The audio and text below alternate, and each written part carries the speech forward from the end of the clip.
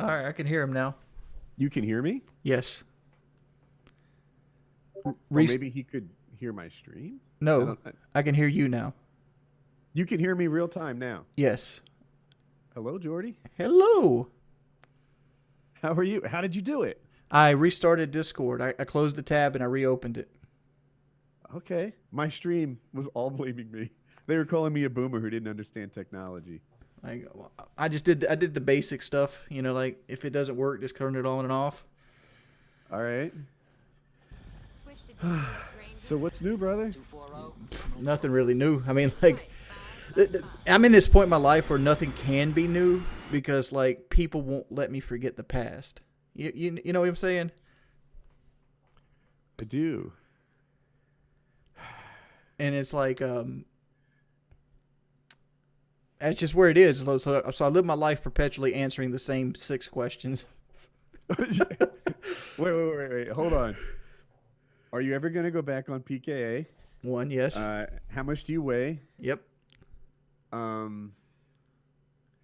How's Brandy? Have I hit any? How am I doing so you're far? 3 for 3 so far. Okay. PKA, how's Brandy? What do you weigh? What would you do for a Ford Raptor? They're getting harder. No, that's not one of them. Okay. Something about the Mustang, maybe? That's vague. We'll take it, though. Will you play Call of Duty? Yep. And You helped me out with the last one. are you going to play Rainbow today? Okay. Yeah, you're building a Rainbow following then. Yeah, Rainbow's actually my biggest drawer, other than like just chatting. Like just chatting's my biggest drawer, but like there's only so much you can do with just talking to the same people and answering the same 6 questions. Because like I've been streaming for what, like an hour now, and I've answered. What does it feel like to ride in a Mustang that has a full of shit at one point? Has your Mustang's suspension sagged? I've been asked that one 4 times already, and I've already explained to them that that's not how cars are designed. Cars are designed to hold a certain amount of weight between the axles, and the weight that they can hold between the axles exceeds what a normal human can expand themselves to usually. It's meant to hold 4 people. Yeah, it's meant to hold 4 people. Yeah, it's gonna hold you fine. It's not a dude. The V8 Mustang. I've only seen highlights of you talking about it, but that's a thing that you want to make happen. Here's the thing with the V8 Mustang. Like, Okay. I'm at a point in my life where I can make it happen, right? Okay. My house is about to be paid for, so that's going to take $600 some off of my normal bills, and I will be virtually debt free, other than like electric bill, phone bill, normal utility kind of stuff. I make $40,000 or $50,000 a year. Wait, that broke up. What'd you say? I make around $40,000 or $50,000 a year. Okay. So like, a car payment would fit well in my budget. But here's the thing. Kind of. Go on. I'm still listening. I don't get excited when I drive them. Like, that's a big hitter for me because, like, every other time I've ever purchased a car, I was excited about it. It was something I wanted to do. But I've driven like 5 of them at this point. And it's like, this is cool. This is nice. But I don't want to pay for this for 5 years. And I especially don't want to pay for this for 5 years with a 15% interest rate. Uh-huh. And like, that's where it ends at. It's like, after you drive them, the car salesmen it's a game. It's a big game they get you into. And you got to play the long game to get the deal that you want. It's just what you got to do. Because, like, for example, like I drove this white GT base, which, stock stereo, base. It's a base car, cloth seats, whatever it is. They wanted $28,500 for it. And I showed them 3 different, base GTs that were going for $25,500. I'm like, I know you got wiggle room.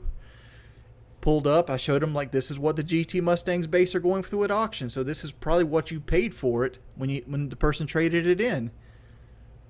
And like, Some will work with you, some won't. And it's at the end of the day, I'm probably just going to keep mine because I don't like debt. Yeah. That's, you know, when I heard you explaining, like, hey, my income is here and my other bills are down there, and I have room to take on more debt. Yeah. It's like, yeah, but bro, like, you could also have room to get ahead of the game. Right. You could have room to put some money aside and then let that money grow and let your interest earn interest. And then your interest that earned interest could earn more interest and just get into this waterfall of money growth. Right. Especially when I'm soon gonna be able to bank a few $1,000s a month. So like it's gonna grow exponentially. That's what compound interest does. Right? Yeah. You know, let it grow, baby. And that's where I'm at. It's like part of me, like, you know, it's cool to have that, because let's be real, the V8 engines that are out right now are probably the last of the great American V8s that will ever exist. A lot of car companies are going electric. Say that again, because it cut off. Oh, the V8 engines that are out right now in the cars are probably the last of the great American V8s that are ever going to be made. Like, car companies are going electric right now. They're looking for alternative energy, and they're not going to invest millions of dollars engineering another V8. So this might be the last hurrah for like the V8 engine. And like that concept's cool to me, but at the same time it's like being debt free and having, you know, income that surmounts what you need to live off of. That might be fun too. Yeah. Yeah.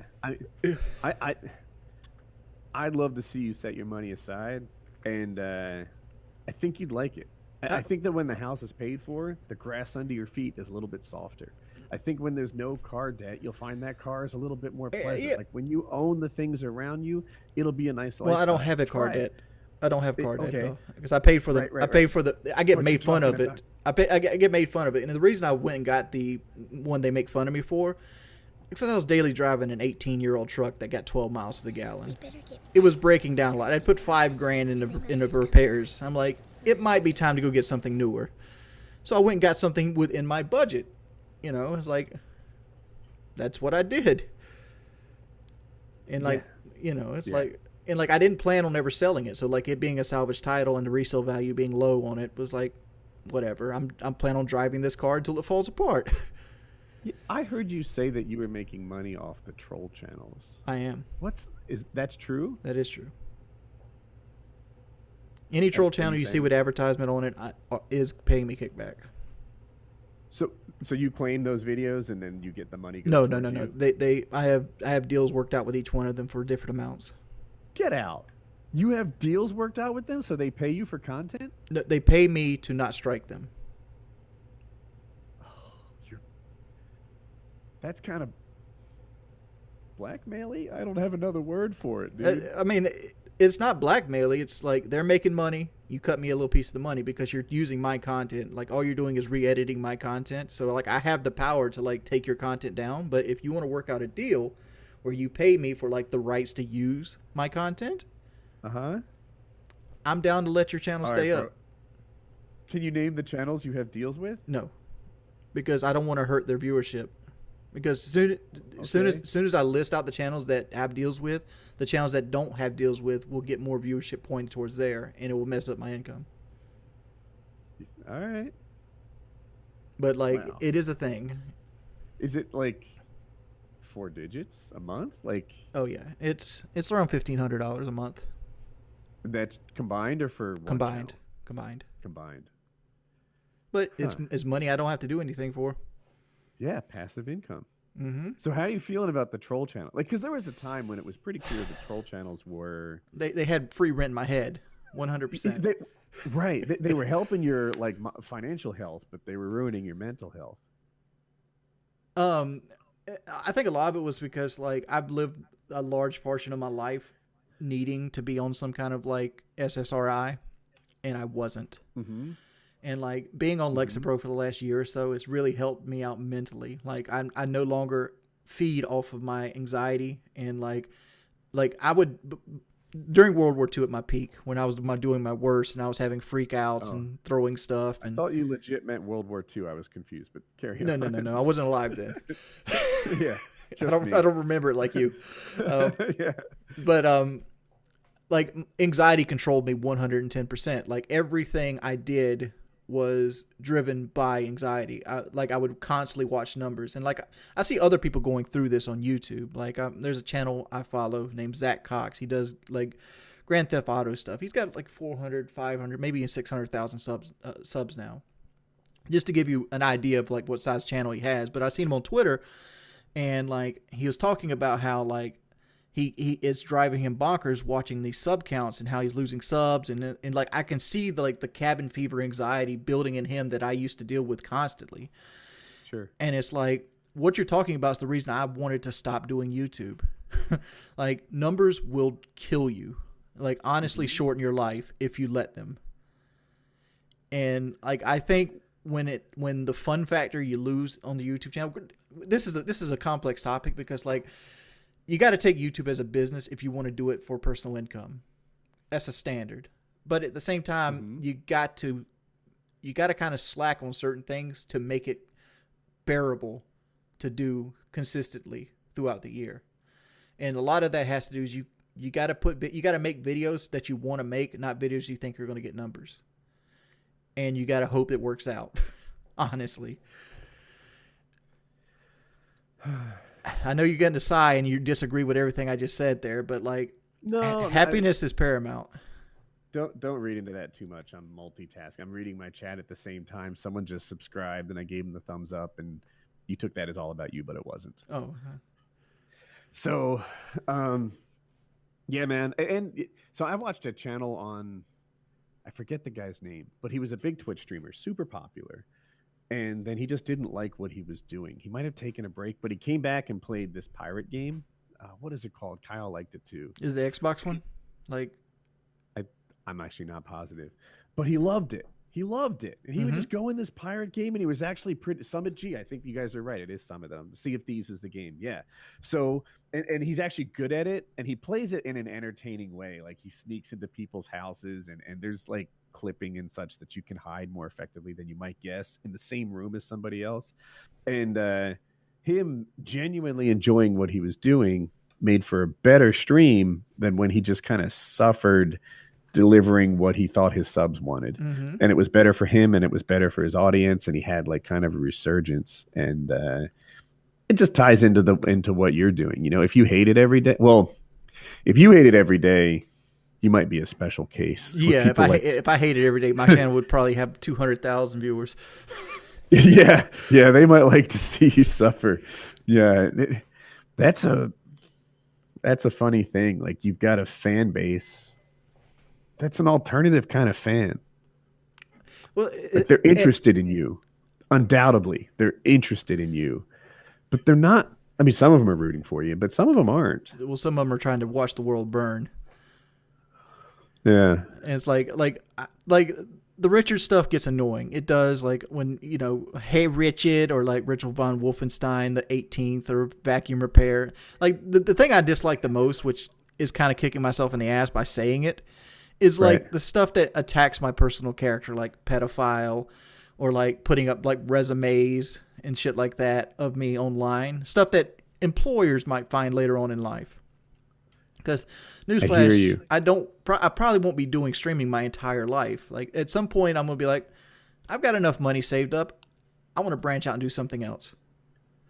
Like everything runs its course. Like everything has a timeline. You want to believe that everything that you have going on is going to go on for the rest of your life. You might have a good job. You might have good friends. You might have a good wife. But at some point in your life, when you were a kid, you and your friends played outside for the last time, and none of y'all knew about it. Nothing is for certain in life. And like, I'm just going to plan ahead and be like, I'm probably not going to stream until I die. So like, right. Yeah. No one seems to. Yeah. Like it all wraps up at some point with a quiet death. I don't know. Yeah. It never bothered me, the stuff that wasn't true. That's not what ever got to me. One thing that, thanks sub. One thing that, oh, I'm sorry, the subscriber made me lose my train of thought. It happens. I've done it. What bothers you? You don't like being called a pedo? Understandable. You said the things that aren't true is not what bothers you. What bothers you is X. Yeah, well, the one famous one for me was color correction. I tried so hard and I never got good at it, and people would give me shit. And when they gave me shit and it was true, that kind of Well, that kind of burned me a little bit. it's always the stuff that you kind of know in your head, but you don't put voices to, that hurts the most. Like when something is like borderline true, and it's like, well, this Yes. video could have been better, and you're looking in your head like, yeah, it probably could have been better. You know, like that's the shit that actually gets under your skin. Like calling me fat doesn't bother me. Like it might bother me in like a frustrating way because like I got 15 people calling me fat over and over again and like making like little drawings in my chat of like a fat person gorging on like a burger. You know, it's frustrating because I have to filter through that to read legitimate comments, but like it doesn't hurt my feelings. So, two things. One, my stream is just wildly giving me shit about color corrections, which is funny. And two, one thing what I was hunting for before dealing with hate. So sometimes you'll hear like, "Hey man, I'll grab I don't know, Ninja for example. Ninja never has any trouble with hate, yet you do. What's wrong, dude?" Those guys do not get the hate ratio that like I have on my worst days or you have on your worst days.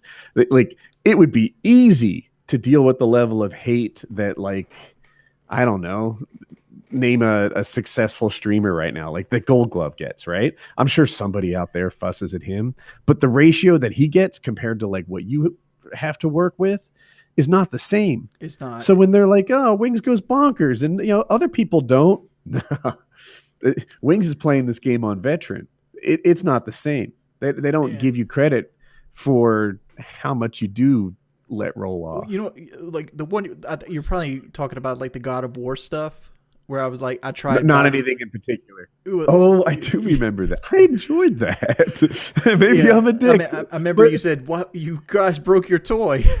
Yeah, that's the thing I say sometimes.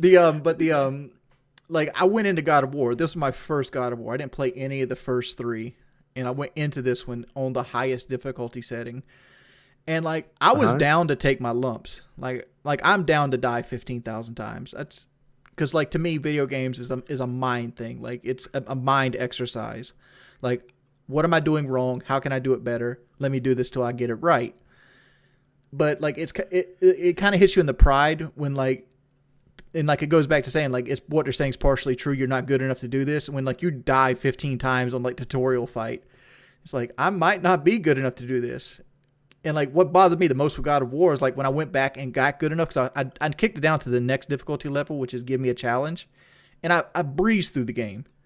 But I learned like combos and how to fight enemies. Play World War Z with me?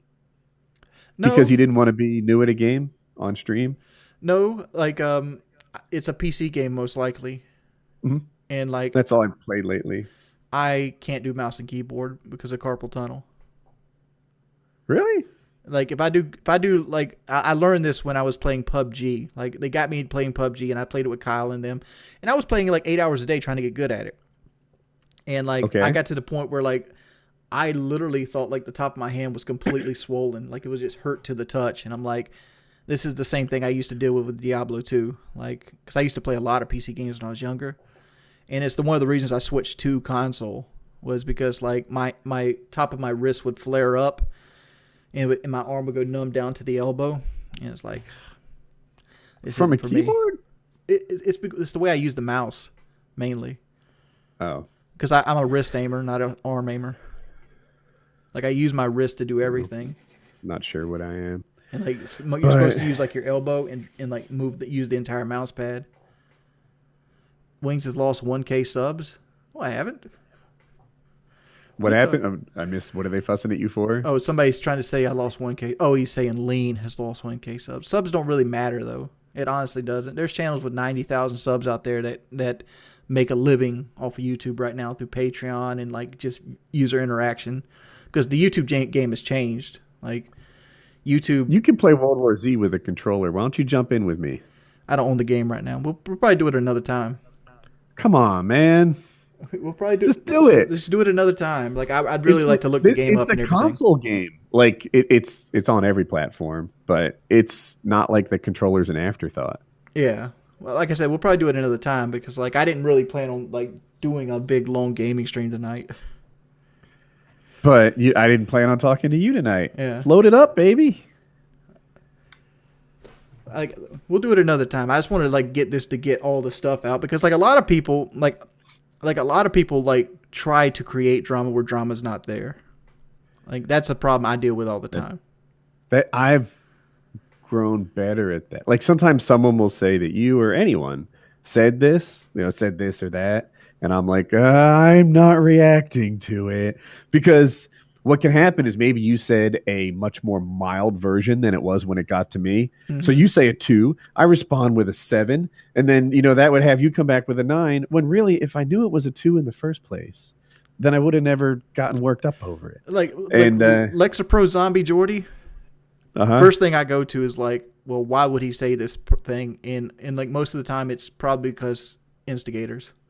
Like sometimes, sometimes people will instigate you to say something, and you're coming off the top of your head in an unscripted way, and it doesn't come out right.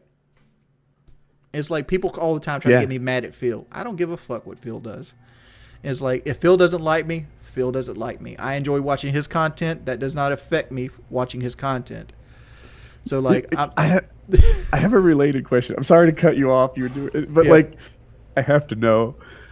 Did you come up with Crazy Cat Lady as a brand for that guy? No, I didn't.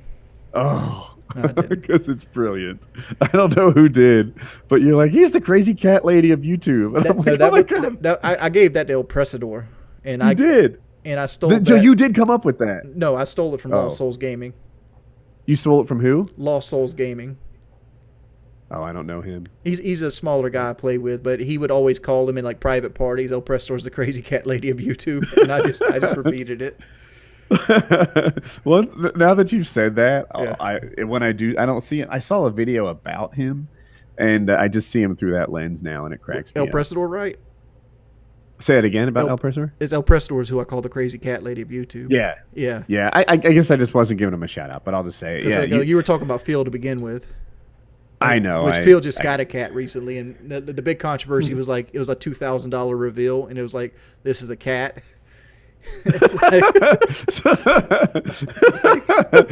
I don't know if that's a ripoff or like you respect the con for that. I mean, like. So how did he do a $2,000 reveal? Someone paid him $2,000. I don't know all the information. Secret. But like, I think it went something along the lines of this. This is not 100% accurate information, so don't pretend it is. Okay. All right. Phil goes like, I got a secret in my life, and I'll let you guys in on it. And it's something I didn't want to tell anybody because of my money troubles recently. And if we meet our goal, which his goal was like $2,000, he was saving up for something. And I'll let you guys in on it. And I think that's how that happened. And it turned out he got a cat. I choose to believe that's true because I like it.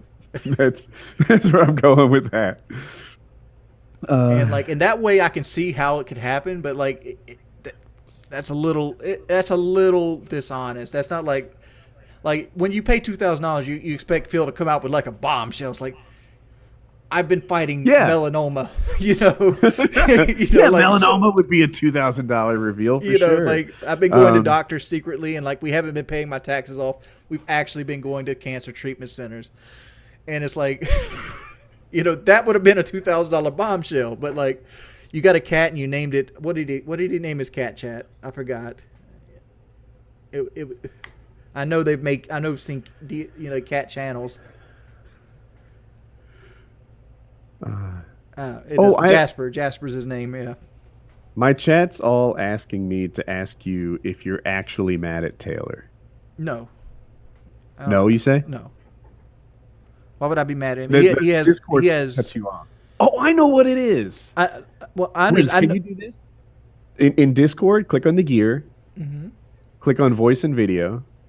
Okay. And then where it says automatically determine input sensitivity, turn that off, and then slide the slider bar to the far left. To negative 100 decibels?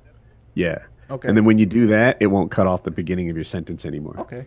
No, I'm not mad at Taylor. Like all Taylor did was step into a lucrative opportunity that did nothing but benefit him.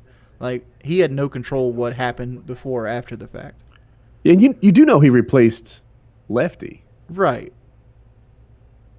It doesn't matter who he replaced. Like people were mad at him. Like people are saying that because I said Taylor got X amount of money, and like I said that when I wasn't on an SSRI. That was during the time where I was getting hounded constantly by trolls, and I wasn't good with dealing with it. I'm much better dealing with trolls now. Like I've got years. Do you think you'd be just as good at dealing with trolls if you without the SR without the Lexapro? Not as good, but better. Like okay. Like I really enjoy my life more on SSRI than I do off of it. Like I just do. Like life is better. Like I'm not controlled by my brain well, that sounds dumb, but like I'm just not controlled by my brain's emotions anymore. Every so often you do a mass unban. Hasn't happened. Do you think there'll be one coming up? No. There's not going to be a mass unban coming up, and the reason that is because there's a lot of sock accounts out there, and like as soon as I mass unban people with like their 42 different sock accounts, I'm gonna have to ban them 42 different times. It's like there's a guy who comes to my chat. His name's Big Pimp Daddy. Insert numbers. Cool name. Yeah, his name's Big Pimp Daddy 1, Big Pimp Daddy 2. He's currently Big Pimp Daddy 46 because I've banned him 45 times. Come on, that's kind of funny. And like, there's multiple people that do that. They just get tired of making names, so they just insert another number, and like it gets so bad that there's sometimes like a week like idle period you have to chat in my chat room, and people just sit in my chat room and like make sure their accounts get enough time in so they can call me fat 3 or 4 times and get banned. So now, do you think you're handling? Okay, I'll say it. I think you're handling that the wrong way. You know, just like you said earlier, like, oh, I let them know what bothers me, and then that tells them how to bother me. When you ban guys for saying stuff in chat, does that work to your advantage? No, it doesn't. But at the same time, it gives me peace of mind. Like, I want, like in my heart, I want to make a good stream. But at the same time, in the back of my head, I know that everything I do is going to be used against me. Like, for example, somebody paid me $20 the other day to do 10 sit-ups. I'm like, I can do 10 sit-ups. I saw that, yeah, actually, on one of the highlight channels. And, like, I know exactly it's going to go on highlight channels, which benefits me. But at the same time, it's going to be used to, like, make fun of me. And, like, I've got a lot of loose skin. And because people don't believe I've lost any weight, but I have. I've lost a lot of weight. I saw you with the shorts. Yeah. And like there's like a still picture of like me with like this tumor on the back of my head, when reality what it was me pushing loose skin up trying to do sit-ups without any kind of like foot leverage. And it hurt your feelings? It did hurt my feelings, yeah. And it's like people, I'm in my head, I'm like, well, they're going to do tumor shit. They're going to like Wings as a cancer survivor now. They're going to like take like the picture of me in like my hospital gown and like put me in like the cancer ward. And it's like, and another thing is like, let me ask you this question. Okay. Do you personally believe I got the surgery? Oh, I have no doubt you got the surgery, and I have no doubt you lost a lot of weight. There's no question. I mean, like, I don't understand like why this whole rumor is like, oh, Wings didn't get the surgery. It's like, I even showed pictures of like my regimen in 2 different languages. So like, is it a rumor or a meme? It might be a meme. I just in the last 2 years sort of understand it.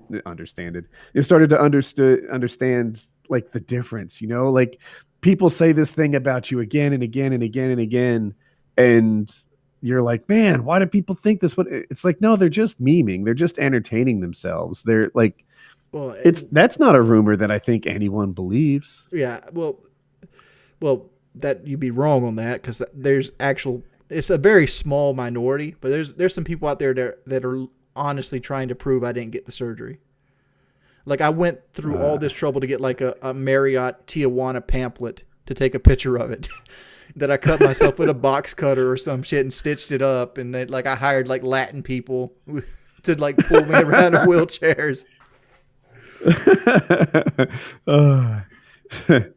So all those people are insane. What is it like to get this? Like, so With the surgery, I have I no know clue. that. I was asleep. No, well, okay, but I meant post surgery. Terrifying. The impact of the surgery is what I'm trying to ask. Well, So here's where I'm headed with this. Does it make you legitimately less hungry? Does it make you? I think I've heard it described as unable to eat more, which maybe not. Isn't this like I could be unable to eat with a really bad sore throat? It doesn't mean I'm not hungry. What's it like? um, when you first get the surgery, you have no desire to eat whatsoever. There's these things in your stomach called hunger receptors, and they cut them out. You have to regrow them. Oh, that sounds nice. So you literally forget to eat when you first have the surgery because you don't have any kind of cue that you're hungry. That's why you have to do such extreme blood works early on, and it tapers off after a year or so, because they want to make sure that you're not going to get like nerve damage from not having the proper nutrients because you've been skipping meals and stuff like that. And that's why they have such a heavy vitamin regimen. But like, have you been keeping up with Boogie?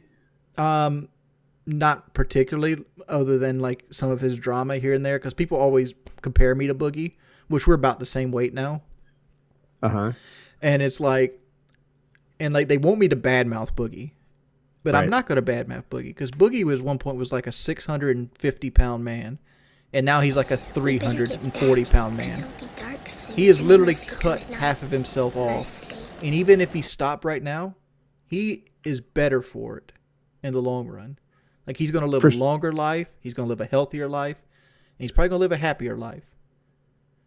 I think he needs an SSRI. That's what I think. I think he's not on it. Didn't he go to like therapists and stuff? Oh, he could be. Look, I'm out. I'm talking out of turn. But some of the things that he does on Twitch, I feel like are self-sabotaging. And he's not so dumb that he doesn't know, like, oh, this is going to go viral in a negative way. Like, you know, when I hump a bed, I'm sure as he's humping the bed, he's thinking to himself, I'm not sure why I'm doing this. I know this is going to hurt me. Like mentally, it's going to hurt me financially. It's going to hurt me. Right? Yeah. Like he has a bunch of things that he's said and he's done, you know, like the Tesla, right? You know, he says, you know, people act like I'm conning you into buying a Tesla. I am, etc. I think as he's doing that, he is like being a cutter in a weird kind of way. He's self-harming. And for whatever reason, he's not resisting going through with it. And that's where, like, I feel like professional help. Carry on. I want to address the two situations that you outlined specifically. The humping of the bed was him being down on himself. Like, not so much that more in the way of, like, he doesn't feel like he's entertaining. And, like, watching he's a number watcher, I can tell you right now without even asking him. He watches his numbers. And, like, it hurts his feelings every time like his Twitch numbers are down or something like that. And he got famous being outlandish with the Francis videos, throwing tantrums and things like that. He did the hooker thing strictly for shock value. All he wanted to do was live in the moment and get his numbers up that night. He didn't think about the long-term effects of it. And I think that's Boogie's biggest problem. He never thinks about the long-term effects of what drama will be. The Tesla thing, same thing. I go out here, test drive a Tesla, claim I'm getting a Tesla. People have a controversy. Limelight's on me. I do something great, and people forget about it and continue to love me, and I get my subscriber count up, which it didn't work that way. It backfired on him completely. And I think that's the world he lives in. Do you disagree? I do. And I wonder if I can change your mind. Like, so I've said and done things that I knew would have a negative pushback to him. And I almost don't know why I did it. Like I saw it coming, like the Robin Williams thing, right? Like I saw that I was kind of going a little hard in the paint and the people were going to fuss at me about that. And I did it anyway. And I don't know why. And you're a guy who's gotten himself into hot water here and there. Was it always a surprise to you? Oh my gosh, why are these people reacting this way? Or was it, well, like, yeah, I was shielded from a lot of it because it was part of my character. Like I'm not Boogie. I wasn't planted as like a centrist fence sitter. Like I was constantly known as the guy who said outlandish shit. And like a lot of the things I said were strictly for like shock value. You know, but some things I've done that wasn't for shock value, like breaking down on stream and crying. That was legitimate. That's why it kind of grew a community out of it. And like It people did. can tell the difference between like legitimate and like shock value. Like people are like up in arms with Blade right now because he's legitimately being a piece of shit. And like there's no playing with it.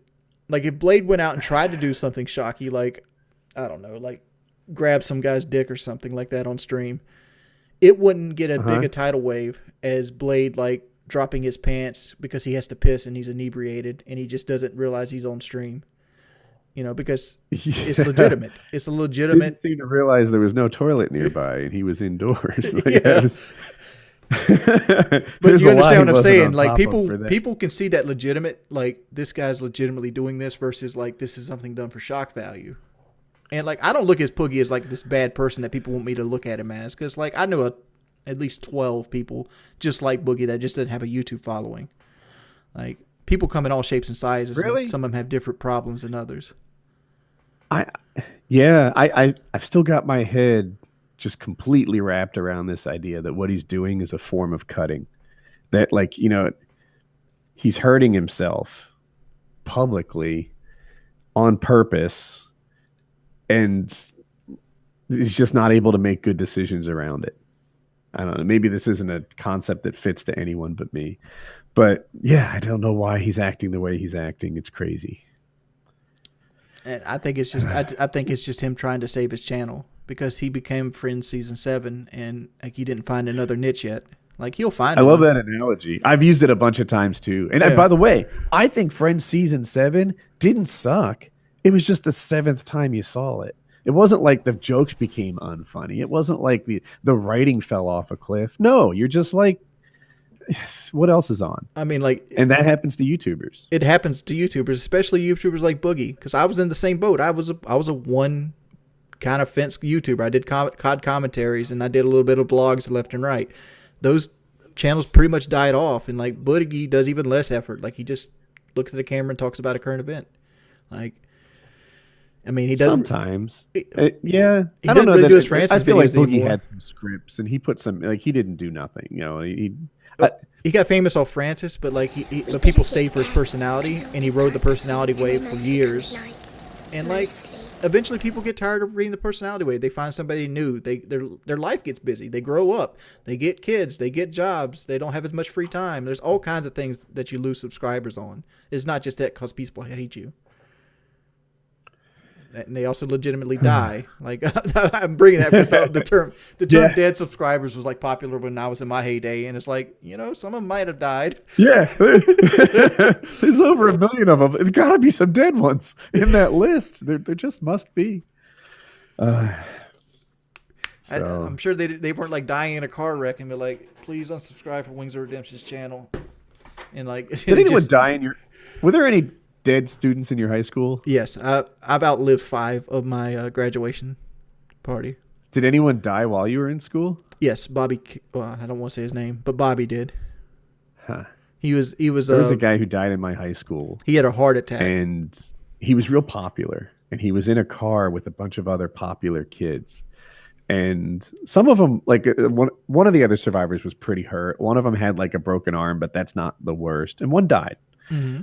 And then there was a weird thing. It almost felt North Korean, where like some people acted more distraught than they probably were as a way to get into this in crowd. Like, oh yeah, you know, Adam and I were so tight. I'm having a hard time not thinking about Adam. Adam and I, we were something. And Adam, of course, is dead and can't refute your relationship. And it's like, are you using this guy to get popular? Mm-hmm. This guy's dead. I've seen it too. It happened with the guy I was talking about too. He was a wheelchair bound guy, and he was overweight. And like he had a heart attack one night. And like then there was like Bobby Count's pictures hanging up in the cafeteria. Oh, I just said his name. Well, he won't mind. There was pictures of him hanging up in the cafeteria. They had like crying vigils in the hallway. I'm like, dude, none of y'all cared about this guy last week when he was by himself in the wheelchair trying to get a sip of water. But like now everybody cares about him. Huh. You know, it's like if you really love your grandmother, take her to her doctor's appointments. Don't write her poetries while she's in the casket. Wait, while she's in the casket? Yeah, that seems like bad advice. No, I said take her to her doctor. Before she's in the casket. No, if you love your grandmother, take her to her doctor's appointments. Don't write poems while she's in the casket, because like people. Oh, okay. Because people will pretend. I think you got cut off. Yeah, people will pretend that they had a much bigger relationship with you because it gives them social points, and are using your death as publicity. Like if you actually loved her, you would have took her to her doctor's appointments and actually spent time with her when you could have. In the grandma case, I think that maybe they're making themselves feel better. Could be. You know, like skipping over how much better they could have been. So are you playing the next COD when it comes out? People are excited about it. Most definitely. Like I played the beta, and like there's, I kind of rage quitted the second day but it was more because I played 6 hours of it, and I was just tired of playing it. Like it was like one game mode 2v2 with the same 4 or 5 maps. It's like if you played an hour, you've played 6 hours worth of it. Like it doesn't change. And like I'm not excited about the 2v2 mode because I'll never touch it when the game comes out. Like I want to get the game modes I'll play. You're still getting cut off a little bit. It's the Spec Ops you say you'll never touch when it comes out? No, the 2v2 mode that they had in the alpha. Oh, is that just like a team deathmatch but 2v2? Yeah, it was like team deathmatch 2v2, and they had random weapon setups. That doesn't sound exciting to me. You didn't play it? So I was never the greatest gamer, but I used to play a lot, and I thought I was better than most. That's not true anymore. Lately, I've been playing PvE games because you can walk into them and be competent. Like I don't know, it's fun to me to just if I game 15, 30 minutes a day and get competent at a game, then that's how I enjoy my games lately. Like Rainbow Six, for example, or PUBG. You would never want to touch Rainbow Six. Dude, there are people in Rainbow Six who know those maps better than I ever knew COD maps, and I felt like I could look down at any part of any map for years and know where it was. Know where I was, even if I looked straight down. I watch what happens with Rainbow Six. The lines of sight are so intense in that game. I would just be a baby buffalo, not even knowing it. Like, oh, did you walk in front of the stairs? What'd you think would happen? Oh, I don't know. Like, what happens in every other game? You just walk by. It's cranked up to 15 in Rainbow, though. Because like people will like knock a hole through drywall and shoot you 3 floors up. Sometimes I daydream about me being in that game with you. Like, all right, Wings, let's set some expectations here, brother. This is not ranked. I never said I'm just playing. You're going to have to understand. I don't really get mad at people. The only time I get mad at people in casual is when they're not playing to their ability. Not so much like my expectation of their ability, but like I know there's a better player in them, and they're just not giving me him. Like, if you're a bronze, I want you to act like a bronze. Like, but at least play as a bronze level, not a copper. No. Yeah, that makes sense. I'm like, some people will dick off and do that. Or does he understand that coppers exist and he has one? Like. My biggest thing with Rainbow. I thought about it.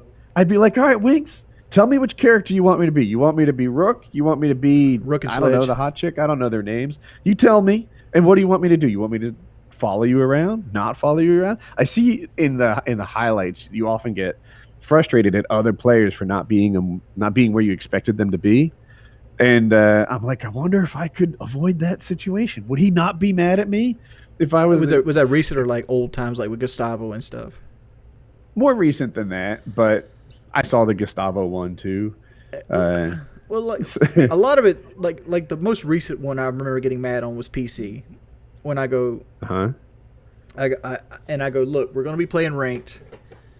I'm going to need people that are at least gold level players, and please be gold level. And then like everybody popped their name in and wanted to play, and I get a bunch of like bronzes. And I'm like, you guys understand I asked for gold level players, right? So I'm going to hold you to a gold standard. Like, yeah, we're cool. We got you. We can play better. I've been, they use the excuse like I've been playing solo queue and my rank is not a reflection of my actual skill, which is believable. And I got. Well, what else would it be? They weren't gold level players. Oh, you can't see? Well, I can see it. I can see the rank. They carried gold? Is that what you're saying? No, what I'm saying is they were bronze, but they were saying that their rank was not indicative of what their actual skill set was because they just got bad teams and they played by Oh, I see. themselves. So you're seeing them as bronze, and they're like, well, but I'm really a gold dude. I'm just in randoms pull me Right, down. and The they opposite of a carried gold. and they were right Yeah. where the game told them they should be in bronze. They were bronze players. Because like you could tell when you're playing with a guy that's new and you go, "Hey, watch the freezer," and they just stand there. Because like Rainbow's like you have you ever touched the game at all? Like even just walked around the maps? No, but I've seen a few hours of footage, so I just know a tiny bit. All right. Well, this doesn't translate because like watching the game and playing the game are two different scenarios, Uh-huh. and the maps feel so much bigger when you're inside of them. Like they're so confusing, they're so intricate. Like everything matters in Rainbow. It's not like Call of Duty where you have lanes. In Rainbow, you got to understand like there's a soft wall 3 floors up from me that can have somebody peeking from it, and you got to check it or you're dead. Dude. I'm aware, like you can pick that up by just watching. And I was trying to say that walk in front of the stairs, but yeah, the lanes. It's like everything's a lane. People are shooting through walls. People are shooting through windows. Oh, and because headshots are one-shot kills, the penalty is so much worse for getting seen than it is in any of the games that I've played. And yeah, people will just sit there staring at a couple of pixels, hoping they can get one bullet in your head, and that takes you out. And I'm gonna say this because this is part of my pride issue. I don't think people appreciate my skill set in Rainbow Six as they should. You say people don't appreciate your skill set? Yeah, because I'm a support player in Rainbow Six. I'm not a fragger. Like, and I've been known on YouTube as like a 3-4 KD player that like a super fragger. Like Wings will get the kills. It's completely different when you don't have aim assist. Completely different. And like I've proven like multiple times like I can hang in platinum on PC with a controller. Like I've proven that. Because like Rainbow is more about mouse cursor placement than it is about twitch reflexes. Like no, I get that. Like map knowledge, knowing where to shoot at, when to shoot, how to shoot, outthinking the player. That's what Rainbow's about. Do you get paid to choose any of your games? No. Last game I got paid to play was the Far Cry game. Say it again. The Far Cry game was the last one I was actually paid to play. What game? Devil May Cry? Did you say that? Far Cry. It was the expansion to Far Cry 5. I forgot what it's called. New Dawn. Because so I don't get paid to play anything. Obviously, I'm just a jackass who streamed like 3 times. But my observation is like everybody's on World of Warcraft right now, and everyone was on Rainbow for a while. And I just watch huge gamers playing things you wouldn't think they'd play, and I don't know. I don't know how Don't. That's you take your own advice. Remember the Sea of Thieves advice you gave earlier with Summit? Right. Find what you like, build a community around what you like. Don't be the flavor of the month. I wonder if they're getting paid enough to make it worth it. Like I don't want to call out names. I'm watching a guy right now who has maybe 1/3 of his normal stream size playing WoW. And not watching him, but he's like I follow him. If somebody paid me, I'd play anything you wanted. Like if you wanted to play Bad Rats for 2 hours, if you paid me some money, I'd do it. But Bad Rats? Bad Rats is considered the worst game on Steam. It makes you want to see it. You can buy it as a penny. It's like less than $1. It's called Bad Rats. I just my whole stream thinks I'm talking about Shroud, but I'm not. I don't follow Shroud, but I'm sure that he probably qualifies. Oh, Shroud? Oh, he is doing everything I described. I can see why they thought that. Meanwhile, Summit, the guy who plays what he wants to play, is on Grand Theft Auto, which is what, a 45-year-old game? Yeah. So, yeah. They're asking me to ask you about the surgery money. Are any of those things accurate? Like, how do you... Well, here's the thing, right? Uh-huh. When I started taking donations for the surgery, I said that I was going to stop the surgery goal at $25,000 because that's what it would cost me to get the surgery in America, and I was completely as passive and open as I possibly could be with it. And you were. I'm sorry to cut you off, but and you said more than that. You were like, "Hey, after I get the surgery, I might not be able to work for a week or two, so I can't just get enough to pay a surgeon and make this happen." Like I have to have enough to recover. I have to like like there's there's more to. I have to travel. there's aftercare and Like things there are like things that. you have to do.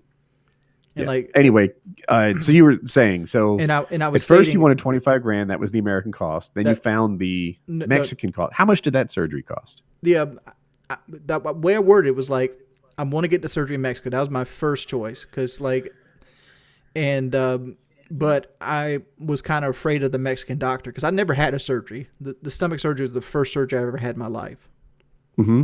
and so I was terrified of it.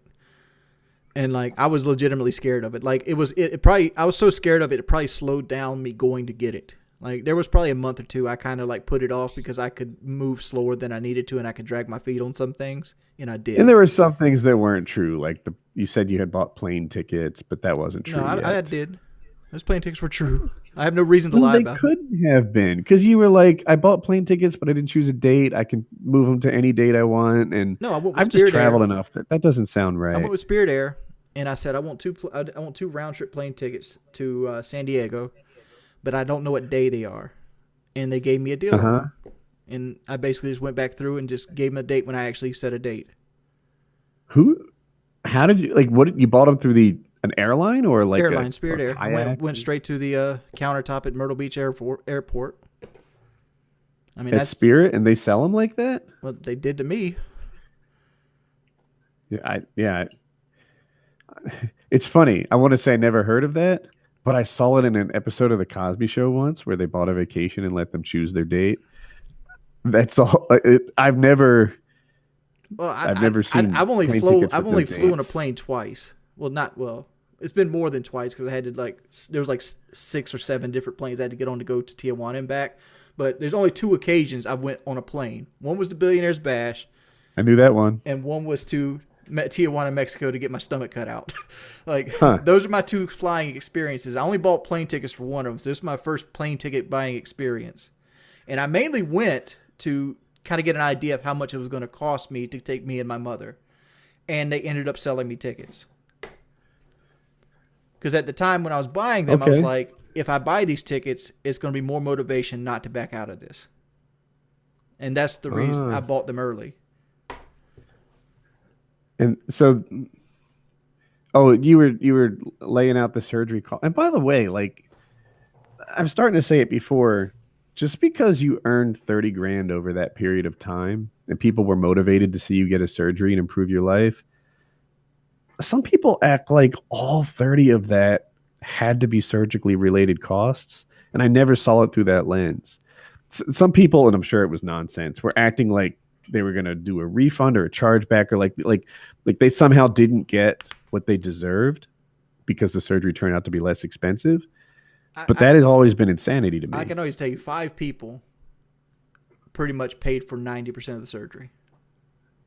And no, not one of those 5 people actually ever criticized any of my choices.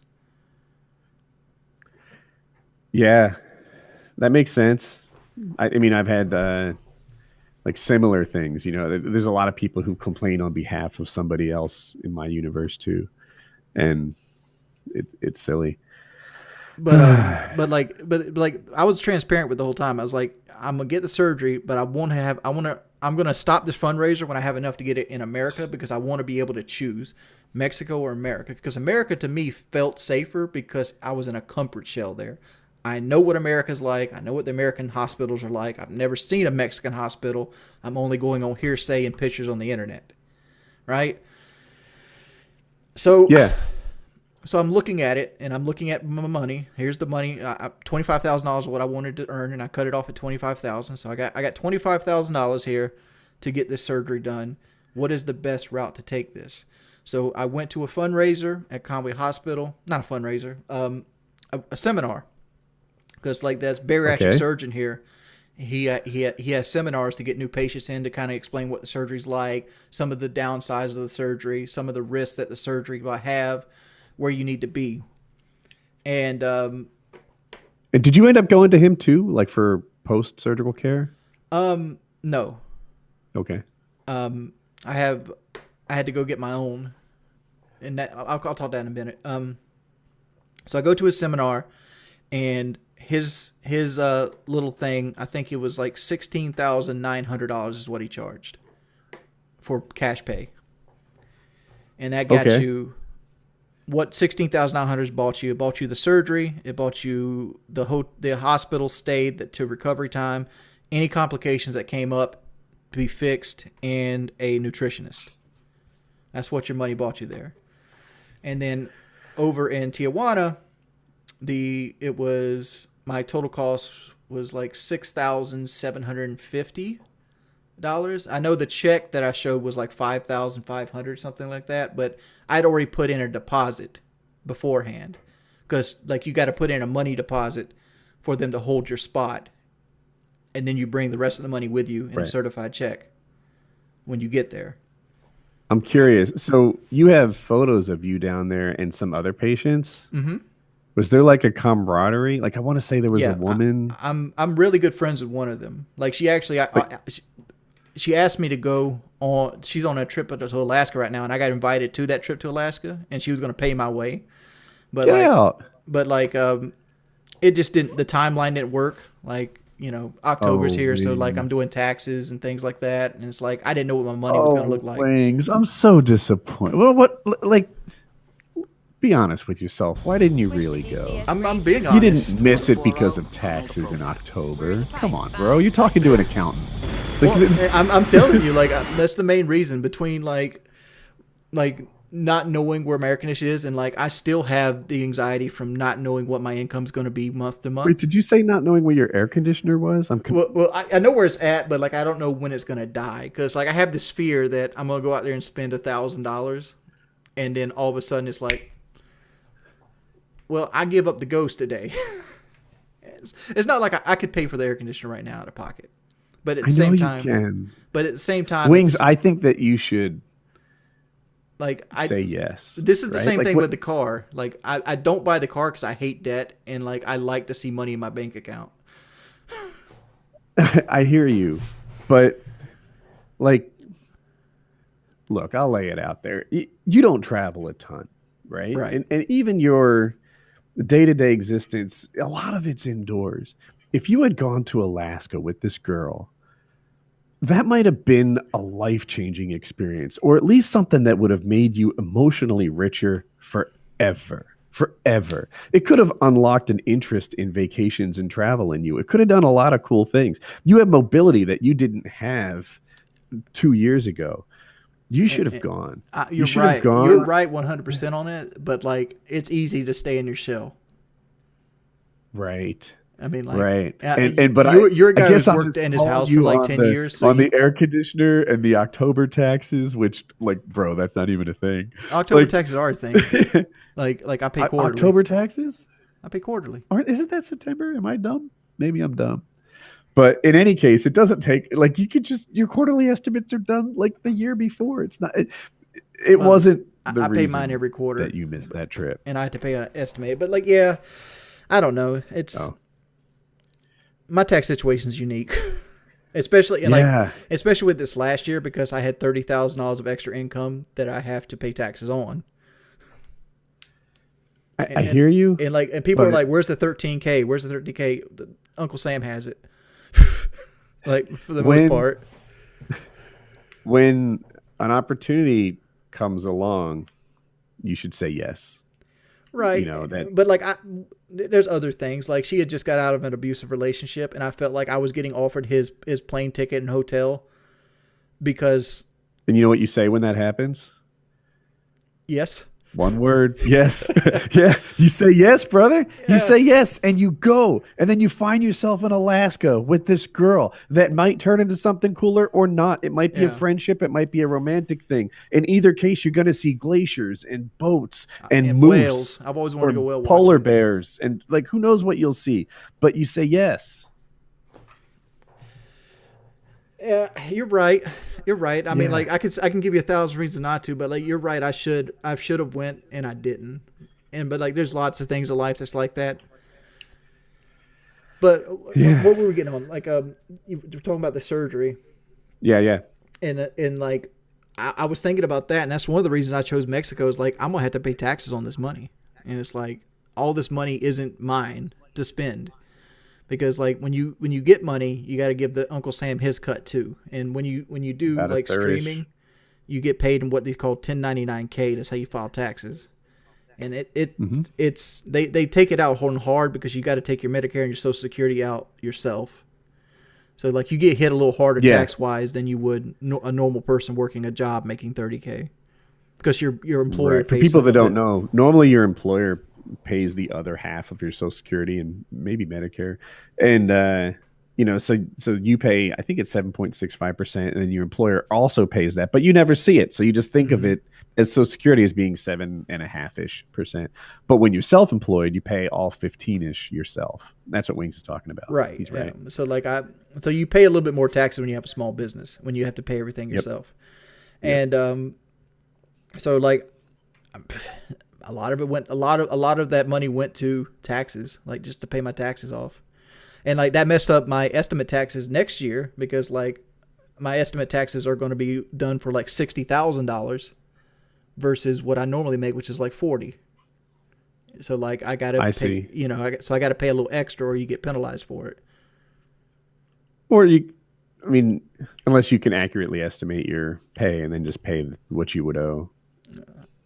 You're right. You're probably right. You got accountant in, but my accountant always tells me that I gotta pay taxes on what I made the year before. That's how they do it. Typically, if you cover what you earned the year before, you're not at risk for penalties, even if you do really well this year. If you covered last year's, like if you pay as much as you did last year, then they don't dock you a penalty. But if you earn less than last year and you can forecast that, then you could just pay accurately. I had to talk to him about it. Yeah. Because like I'm paying something like $3,000 in the next couple days, because like I'm paying on projected tax income. Maybe I mean, we're 3/4 done the year. You might be able to, sort of accurately say that. I just realized you missed an Alaska trip in October. Mm-hmm. When was that trip? It was September. She's in it right now. She's on it right now. She went September 6th. Okay. In my head, I was like, wait a minute, is it too late to say yes? He said October, and I just realized it's not even October yet. She sent me pictures. I would show them, but like the girl's in it, and I don't want to. Yeah, I get that. And like I sent her a text just earlier, because like she sent a picture of her like in front of this glacier, and like next to her feet is like a big gulp. Like not like she's drinking a big gulp, but like somebody littered and threw a big gulp cup down. I'm like, this is God's country. This is the greatest thing on earth, untouched by man. Let me throw my big gulp down on the fucking road. You need to be selective about who you expose your audience to, because like you've got a rough audience. As a PKA host, though, I also have an audience that can be aggressive, and you just can't put everyone on stream. I was talking about this morning. Like, why don't you sell your car outright and just get like, because you can usually sell your car for more than a dealership will give you trade in. I'm like, well, if I go to try to sell my car, the trolls are going to be watching the Craigslist like they always do. They'll notice my car because my car is kind of unique looking, and like they're going to start pretending to be interested buyers to get my phone number. And next thing you know, I got to change phone numbers again. That's not fun. Yeah. Well, I think you can protect that through Craigslist. Can you? You could. You don't even have to put your phone number in there. You could use email or something. Yeah. But like eventually, if they pretend well enough, I might be, well, this guy wants to come by. Hey, can I text you? I'm like, well, do I not give him my number to text me? I don't just be that sheltered against every person that tries to buy my Mustang and make it seem shady. Somebody wrote in all caps, "We're not fucking aggressive, Woody." Oh my God. I stand corrected. I think he was joking. Yeah, but like paying taxes on the money and like aftercare, like you gotta understand, like my first year of blood work for me was $1,200 a pop, and I have to do it every 3 months. What? And because it's a huge list, and I don't have insurance. You go to LabCorp? Yeah, LabCorp. But I have to get like, I would tell you exactly what I gotta get, but it's like 25 things I gotta get checked. Huh? Okay. There's probably troll videos that has the list somewhere out there if you really want to check up on it. Yeah, I bet there is. I was just saying because I've had to get blood work here and there, and it's always less, but it's actually a much shorter list too. I don't think I get 25 things done. But there are companies that just do that. Like you can walk in, give them a list, and they'll take 2 or 3 vials of blood. And that price sounds really high. Well, but it's I'm not. LabCorp. I go to What do I know? LabCorp every time. Oh, you go to LabCorp? Mm-hmm. Well, I guess it just is what it is. Yeah, I guess it's Like I guess they're it's they're the cheapest. Like if I went to the Yeah. hospital wanted $1,800 for it. Yeah, I don't doubt it, right? Or even a Yeah. doctor, since like LabCorp is capitalism, doctor, where you know the price up front, and like you go to a hospital, it's just buried in obscurity. And I kind of like LabCorp because the person that takes my blood's this sweet old lady that has had the same surgery I've had, so she knows exactly what I'm going Oh, through. huh? How is it go? Like, I don't want to You want to ask a question that sets you up for fussing, but still dropping, No. like doing good. I How's lose about 2 pounds a week right now, but like really? I was plateaued for like 4, possibly 5 months, and like So I'm eating what probably changed I'm, that I'm has eating you- probably 1,500 to 2,000 calories a day now. So like, it is what it is. What changed? You slowly but surely your stomach gets a little bit bigger, and you start to regrow like hunger receptors. So you start getting hungry again. And the biggest downstroke for me was sweet tea. I got tired of drinking water every day, and I can't do carbonation. So like this whole like Wings drinks gallons of Pepsi, that's a total lie. I would vomit. Like, because like my stomach is shaped in a way, because like when your stomach's normally shaped, there's a pocket at the top of your stomach that gas can raise to. I don't have that pocket anymore, so it goes straight up my throat, and my body it burns my stomach really hard, and it makes me want to vomit when I drink anything carbonated. And the way I know this is because you'll sometimes go to restaurants and order sweet tea, and there's this thing called the Coke Freestyle machine. And when they've been slack and I'm familiar with that machine. Yeah, and when they've been slack and they haven't made tea physically, they'll give you tea out of the Coke machine, which is brisk, which is carbonated. And that's how I know carbonation fucks me up hardcore. And like, but sweet tea's been my Achilles heel, and for mainly slowing down my weight. That, and I haven't been working out like I should. And like, I know I should be working out, but at the same time, it's all about motivation. Like when you're losing lots of weight, you're also losing lots of muscle, because your body prioritizes muscle over fat for the most part, because it's higher in nutrients.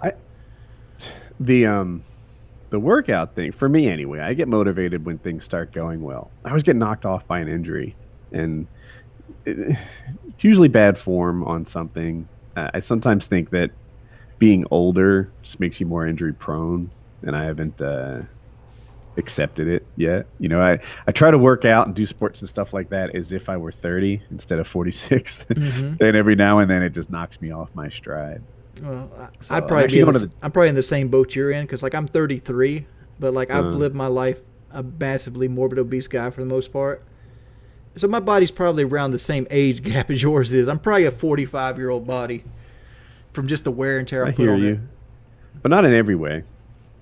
And yeah, anyway, I feel like if you started getting some results from the exercise, then you'd get some motivation from it. You're right. Like I really liked working out when I was working with Drew. Like working out's How not is? really. Do you still talk to him at all? Drew's going through a really hard time in his life right now. Oh, really? Or we probably shouldn't put that on blast. But Well, he seemed like a good guy. He's a good guy, but like he started out with his food truck, and he made a really bad choice with his food truck, and I kind of blasted him on it, and like he didn't agree with my viewpoint. So Can you start over from bad choice? It broke up.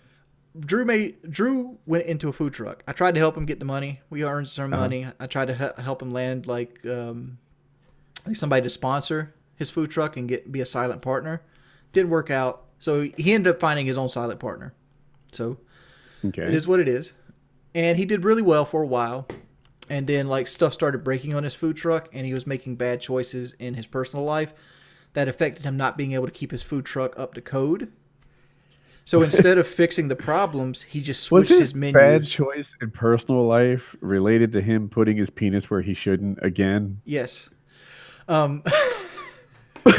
This guy. But like he ended up spending extra money on that problem Fucking Drew. instead of like keeping his truck up to code. So instead of like fixing what he needed to do to keep the food that people wanted to buy, he switched his menus to like tacos. And then like there's like 4 or 5 other taco trucks here, so like he became like one of a dozen. Oh man, this guy can't keep his mind off sex so long. He's got to start selling tacos. You know? But like that's the last I've heard of him. I haven't really been keeping up with him that much because like I'm like, dude, because like his mother's a sweet old lady. Like for those who don't know, Drew's adopted, and he has white parents, and like his parents came from a time that they were unique people when it wasn't cool to be unique people, right? Nowadays, adopting like biracial kids is like considered hip. Okay. But when Drew's in his 30s, so like this we're talking about, you know, early 80s, late 70s, when these guys went out there and like, hey, we're gonna go adopt a Latin kid. You know, so like they couldn't have children of their own. They went to Nicaragua and adopted Drew because Drew was going to be killed because of some rule, like the mother had too many kids, or I forgot what the rule was, but like Drew was scheduled to be drowned, so they had to fly out overnight. Fuck, they were just gonna murder him? Yeah, she was gonna have the baby, and they were gonna drown the baby. So they flew out from Boston to Nicaragua that night to go get Drew and adopt him because they were they were like backlist order for adoption in America and things like that, and it was quicker to go get Drew. And like, with all that being said, I got onto him about mistreating his mother. I'm like, this woman cared enough about you to get you where you are in life. You should at least value her opinion on like childbearing and things like that. Yeah, it is what it is. I'm telling more than I should. Okay. Hey, I got another topic I'm curious about. I think people are. Years and years and years ago, you lost a 1v1. You might remember it. Yeah. How do you feel about it now? Don't now care. that it's all like it's just ancient history. Still don't not care. Like the guy. Don't care. Like I don't like the guy. Where is it in your head? I don't like the guy, but I don't dwell on it. Like I never liked Syndicate because I always got a bad vibe on his personality. Which really time proved me right on that. But you talking about the CS:GO thing? Yeah, like, and I'm sure the CS:GO thing's not the only thing Shady's ever got into, because he always seemed to me, he's always come off as a guy that puts money ahead of friends. Like, I've always got that vibe from him. I always thought he was friendly. Car salesmen are friendly, Woody. Dude, my real estate salesman still writes me like we're old friends. And I feel guilty for like not doing my part to maintain this relationship, even though I really don't want it. I can't stop. But yeah. So man, why did I never rematch Did him? you challenge? Oh, go ahead. You were saying something about a rematch? I got asked in my chat, why did I never rematch him? I was down to rematch him when Call of Duty 4 Remastered came out. Because at that point, I was completely over it. I didn't give a fuck if I won or lost because I didn't play Call of Duty every day. So if I lost, it's like, oh, scapegoat. You know, I was not in my prime anymore. Let's put it that way. So the reason I didn't rematch him is like, honestly, it would have benefited nobody. Like, it would have benefited me the most. No, it would have blown up. It might have benefited you. I could totally see. It would have benefited me the most, but like at this point, like most people that watch me don't even know the Syndicate 1v1 unless they went back to look for more shit. Maybe. I don't know. Like you got to understand that happened in 2010, 2011. It's weird. Like 8 years ago. Kyle describes it really. You are super famous. Like you are more famous than your YouTube subscriber count would indicate. You're more famous than your Twitch concurrent count would indicate. A lot of people know Wings of Redemption. Yeah, like, mainly from the meme. Like, there's the stop meme. I get noticed more the stop sign meme more than I do Twitch or YouTube. I brag about knowing the guy in the stop sign meme, or I have bragged about it. Like, yeah, that thing was like, great. When I get recognized in public, it's for the stop sign meme now. Like, honestly, I got noticed in Dollar General the last time I did it. It's like, like, aren't you the guy in the phone memes? I'm like, yeah, I'm him. Yeah, like you are widely known. People know your name. People know that guy. So, But yeah, I don't I know. always refer to like this. I'm Michael Jackson. Everybody knows who Michael Jackson is, but not everybody buys his albums. Yeah. Did KSI just bring you up? And people are writing it in my chat. Was it? Do you know anything about this? Was it a video? There was like a Was it like? panel he was on, and then one of the questions was name the 7 people KSI did diss tracks on, and I was one of the 7 people. uh, And like I heard that yeah, wag. KSI was mean to me. Like we invited him. Okay, we invited him to PKA, and he was actually a real trooper. It was PKA 100. So it was going to be like 7 hours long, and we had I was on PKA a different 100. guest lined up for every hour. Do you remember this? I do remember this. I don't think he And showed. I think he did show. And the way I remember it is not only did he show, but he really hung out through this massive DDoSing trouble that we had, which like That was every show during that time. Yeah, but 100 was particularly bad.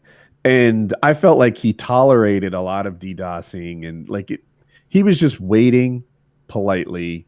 And I thought it was cool of him. And then we invited him, maybe I invited him on the show again on Twitter.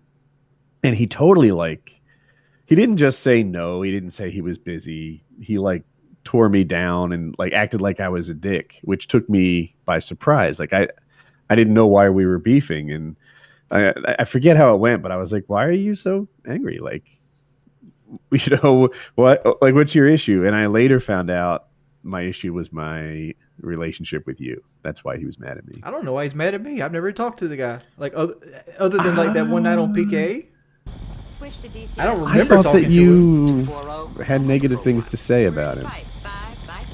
They're telling me to fight KSI in the octagon. Dude, I saw KSI fight. I don't think that goes well for me. No, thank you. If you want me to say something negative, I'll say something negative about him. You know what I was talking about, with iPro Jared and Syndicate and T Martin. KSI is gonna have one of those too, because he's that kind of person. But not T Mart. I love T Mart to the end of the earth, but he still stole money from children, right? It's not ringing a bell. Nope. Yeah. I don't think that ever happened. I love T Mart. I'm just going to say, I could see controversy like that happening with KSI. He's probably doing something shady, and it's going to come out one day because that's just his personality. You can leave not to comment because I can take the heat. Because what's going to happen? People are going to troll me. Wait in line, motherfucker. Yeah, get in line. You're harder to troll now. Yeah. So what's in the future for you, Wings? I want to talk with one talking point. Thick skin. I want to talk about thick skin. What were you starting to say? I said I want to talk about thick skin. Oh, they want you to talk about thick skin, or I me? want to talk about thick skin. Oh, I don't. Gosh, Woody and Wings talking about thick skin. This is fucking. I think we both got George thick skin. Bush and Donald Trump talking about rap music. I was going the other way. I feel because you got to understand, we've been the recipients of hateful rhetoric and swattings for years, right? And we're still doing this. I hear where you're coming from. And I said something like that earlier. People say, Woody, why don't you just let it roll off? You never see, this other person have trouble with haters. And it's yeah, that guy's playing on recruit. He doesn't get it. He doesn't have the same kind of fussing happening about him. I did a paramotor video. And for one frame, I looked down at the camera and Wings, my double chin, was 10 out of 10. And man, use a beard to hide mine. They memed it so hard. It was really something. And it's that just doesn't happen to everybody. I get it a little harder. You get it harder. And what might look like thin skin on us. You're not getting credit for everything you're dodging, everything you're letting go over. Yeah, I'd like to compare it to Kanye. People consider Kanye this violent person. Because violent? well, like the way he deals with paparazzi. If you go put Kanye West paparazzi, there's Okay. million view videos on YouTube about it, and he gets a bad rap for it because the way he treats like people and he yells at them and he like throws shoes and like luggage at them. But at the same time, like this man gets harassed at like 3 a.m. in the morning while he's trying to like put his his luggage in his car to go to the airport to do a gig or something. It's like there's guys outside your house taking photos. How many people would be cool with that? And all of a sudden, because Kanye gets mad at it, that he's a bad person for it. Yeah, people want to be famous, right? And it sounds cool. It sounds like famous and popular are a similar thing. You walk into some high school classroom and everyone in your school loves you, right? And everybody wanted that when they were 16. But actual famous, it's not the same as everybody loves you. It's everybody wants something from you. Everyone wants a little piece of you. And even if that thing is just a selfie or whatever, like, Or being if like you're the a little famous fish guy, that eats off the bottom of the shark. That's what paparazzi is.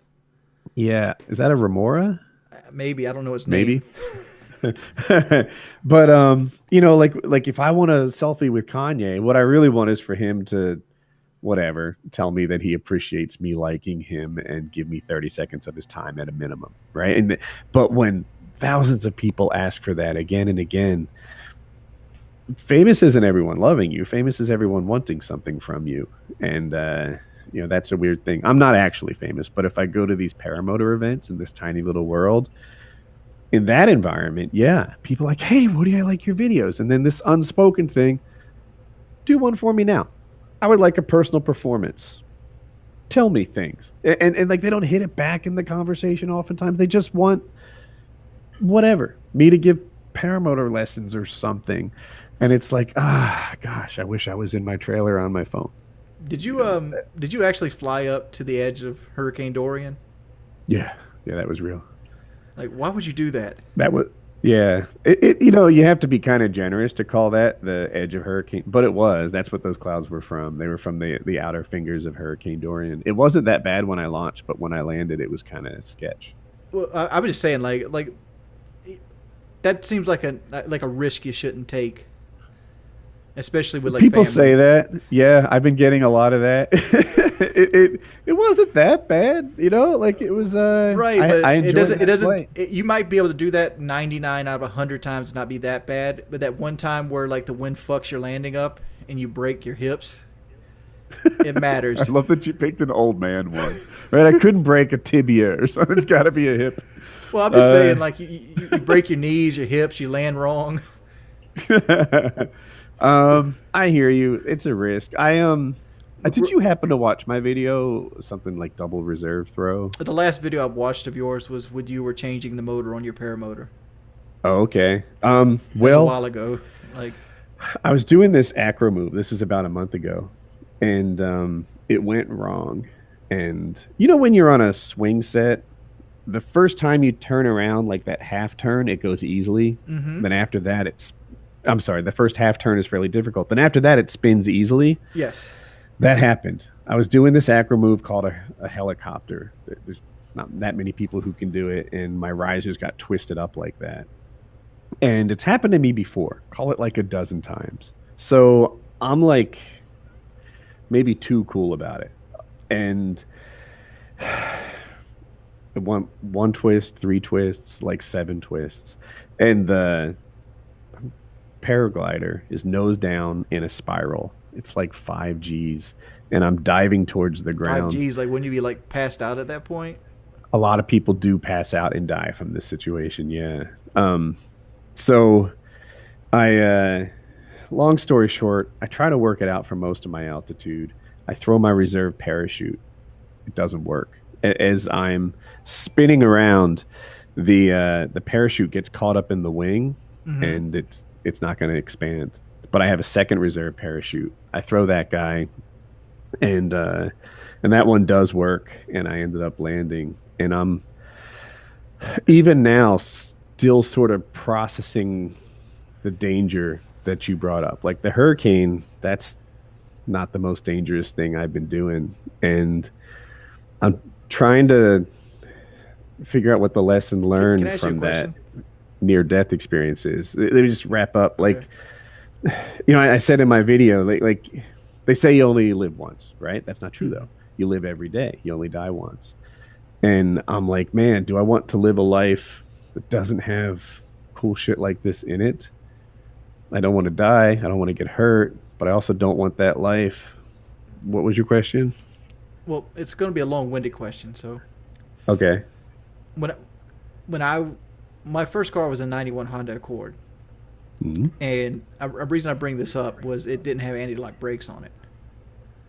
And when I was very new to driving, I hit a patch of black ice on a curve, and I slammed on brakes, being inexperienced.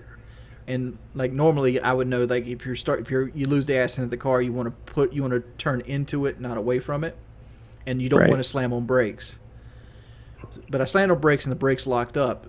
And like when they skidded, I panicked because I went straight into the other lane, and there was a truck coming, so I jerked the wheel and into the other lane, and then I was going off the road, so I jerked the wheel again, and I went off the left side of the road, and I jumped a ditch into a guy's yard. Wasn't hurt, didn't hurt the car, but what it did do was it hurt my confidence in driving, and I was afraid of it for at least 2 weeks. Mm-hmm. Did you get any of that from that paramotor experience? Absolutely. Um, so my chat was making fun of me for it, but the song playing was that "I Need a Hero" song. Do you know it? I think it's Bonnie Taylor. Bonnie Taylor. Yeah, Yeah. she's like, "I need a hero.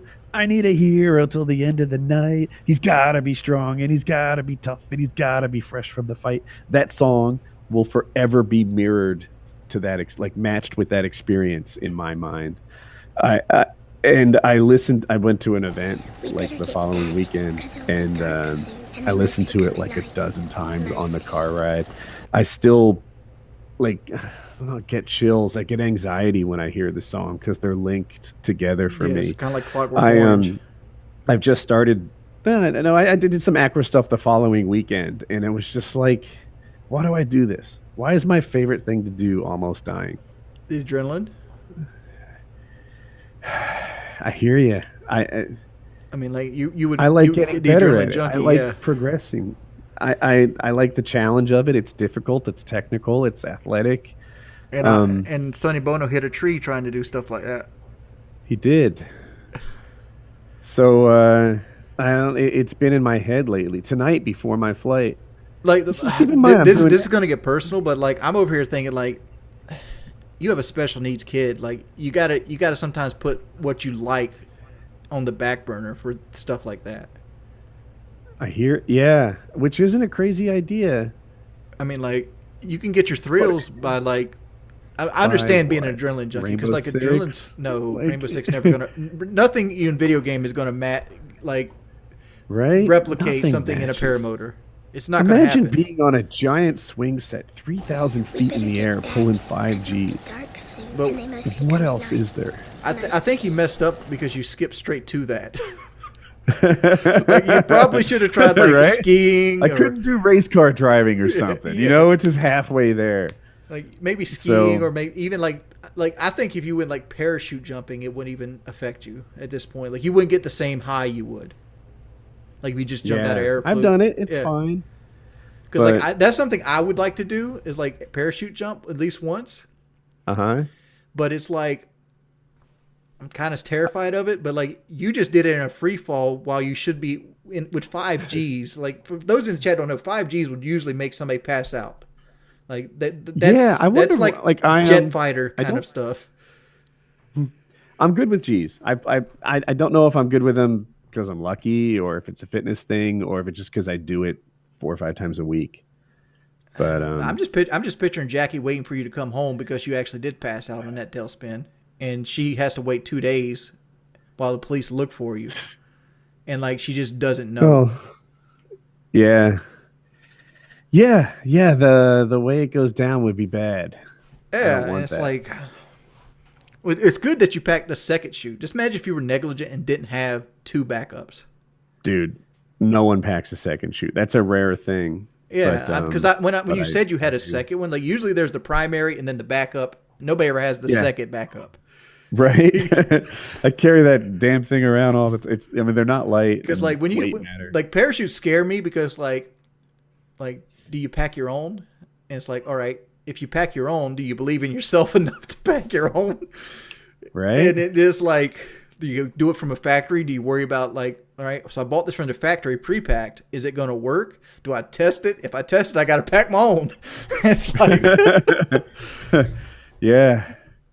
like I've thought about that before because like when I was making, bukus of money, like parachute jumping was something I thought about doing. I was like, I really want to try this. Can you go skydiving or would you have to keep shrinking? I have no We clue. better get back. Yeah, I don't know either. I did that I'm once. not. I'm not. I did I'm the not. I'm still a fat guy, but I'm not like a fat guy. I'm not like I have trouble walking to the mailbox anymore. Like this is not an That's achievement nice. for everybody, but like I changed the brakes and rotors on my Mustang just recently, and Cool. it's like a year and a half ago I struggled walking to the mailbox, and I just did something physically intensive and did it all in one go without getting winded. It's like to me that's a That's reward. awesome. That's like yes. Dude. Yeah. Good for you. I mean, like, I know some people out there, I change brakes all the time, but like when you used to be almost a 500-pound man, changing your brakes is an achievement. Yeah. Anyone who says that just isn't getting it. Like it's hard to turn it around. I don't think me and Woody should tandem jump. Because if I pass out on some G's, I don't think he's going to be too happy. Yeah. So look, they asked me to ask you about your superpower. oh, Do you know what they're talking about? yes, What's your superpower, Wings? my superpower is to diagnose vehicles by sitting in them. Oh, I did hear about that. Is that true? I am pretty accurate with it, yeah. And But- Kyle pretty much lied through his fucking teeth on PK about it. So I usually don't comment on a lot of shit, but I commented on that one because like Okay. the truth What did he get is- wrong? Because he feels like you find minor things that are off and call it lying, whereas he feels like I don't he's remember his wrong. entire story right now because I haven't listened to it in a while. But Okay. here's the truth. So like if you want deviations from it, the truth was this: like I was doing FPS boot camp, and I drove my truck to Kyle's house, and on my way up to Kyle's house, I realized that my back brakes weren't up to snuff. I probably shouldn't have took this trip with the back brakes in the way they should have been. So like I don't have any of my tools. I don't have anything like that at Kyle's house. Kyle doesn't have a whole lot of like tools that he works on vehicles with at the house he was living at the time. Uh-huh. And so I'm out of my element. I don't have anybody there. I don't have any tools, but Jeremy does. And Jeremy was in Okay. a situation where he needed money, and I wasn't in a situation where I needed as much money as Jeremy did. So I offered Jeremy, like, hey, man, would you change my back brakes for me? He goes, yes. So we agreed upon a sum to change my back brakes. So he does it at his daddy's farm, Kyle's daddy's. And what ends up happening is Chevrolets are known notoriously for bad brake lines. And what ended up happening is when he pushed the caliper back in, it pushed a lot of rust into my brake line, and it made the caliper stick because it wasn't getting the right amount of fluid it needed to open and close. You following me? I am, yeah. So Yeah, people don't know when you replace the brake, you kind of expand them again, and it pushes fluid into the system. what happens is and the then caliper shrinks down as your pads degenerate, and like when you put new pads on it, you got to pull the caliper back out and let it sink back down into the seat because like you have a pull lot them more apart. pad. Yeah. I've done it.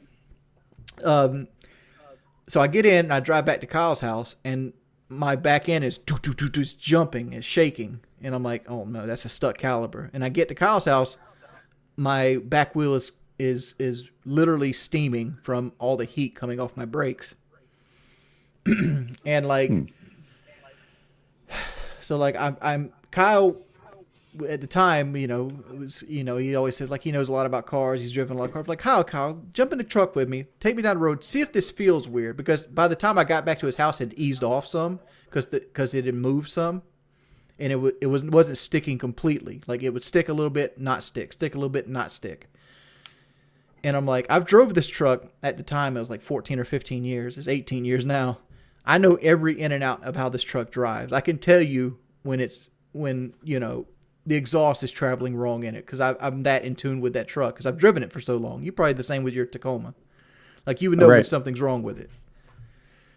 And I'm like, something's wrong with my back brakes. And I didn't want to like Jeremy, fuck my back brakes up because there's all kinds of things that can go wrong when you repair something, right? You could repair something and inadvertently destroy something else that's been neglected on the vehicle.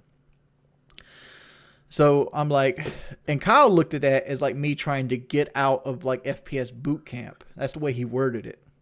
But right. No, but no, like all that happened was like I called a local mechanic shop. I'm like, yo, I'm having this trouble.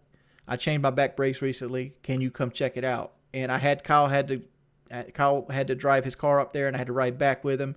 I dropped it off. He goes, yeah, you cracked your rotor. I had to get new rotors, new calipers, new brakes put on the back. So I had to get the brake job done again, and I just had him do it because I didn't want to trust Jeremy to do it again because I had to drive this truck back to Myrtle Beach, which was like a 6-hour drive. So I got it done there, and the reason I didn't do it myself was one, I didn't have any tools, and I had no access to tools, and two, it was the easiest alternative to get me safely back to where I was going to get. And even when I got the truck repaired, I ended up staying until I think Thanksgiving, which is what my agreed time I was going to leave anyway. Because I went there October 11th. I left November 23rd, which was about a month. I got lost.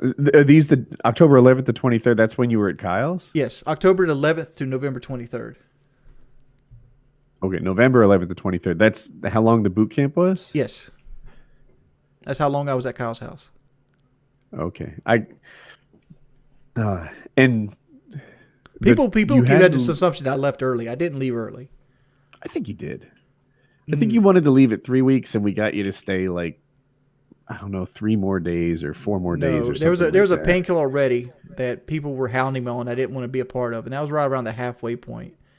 Uh-huh. And then this was before the PlayStation 4 even came out. So like okay.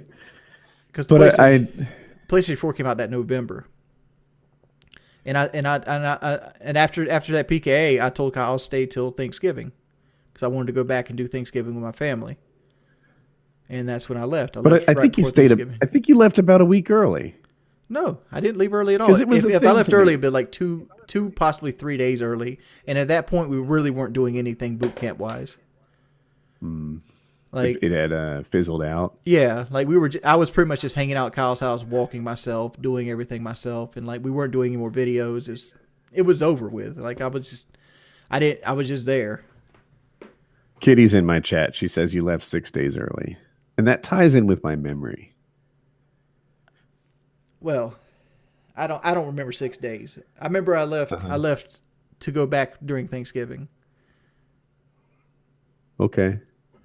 So I don't remember. I don't remember the start. How am I dates. lying? I just remember it being a little early because I was like, I was working hard during. It was a PKA. You wanted to go.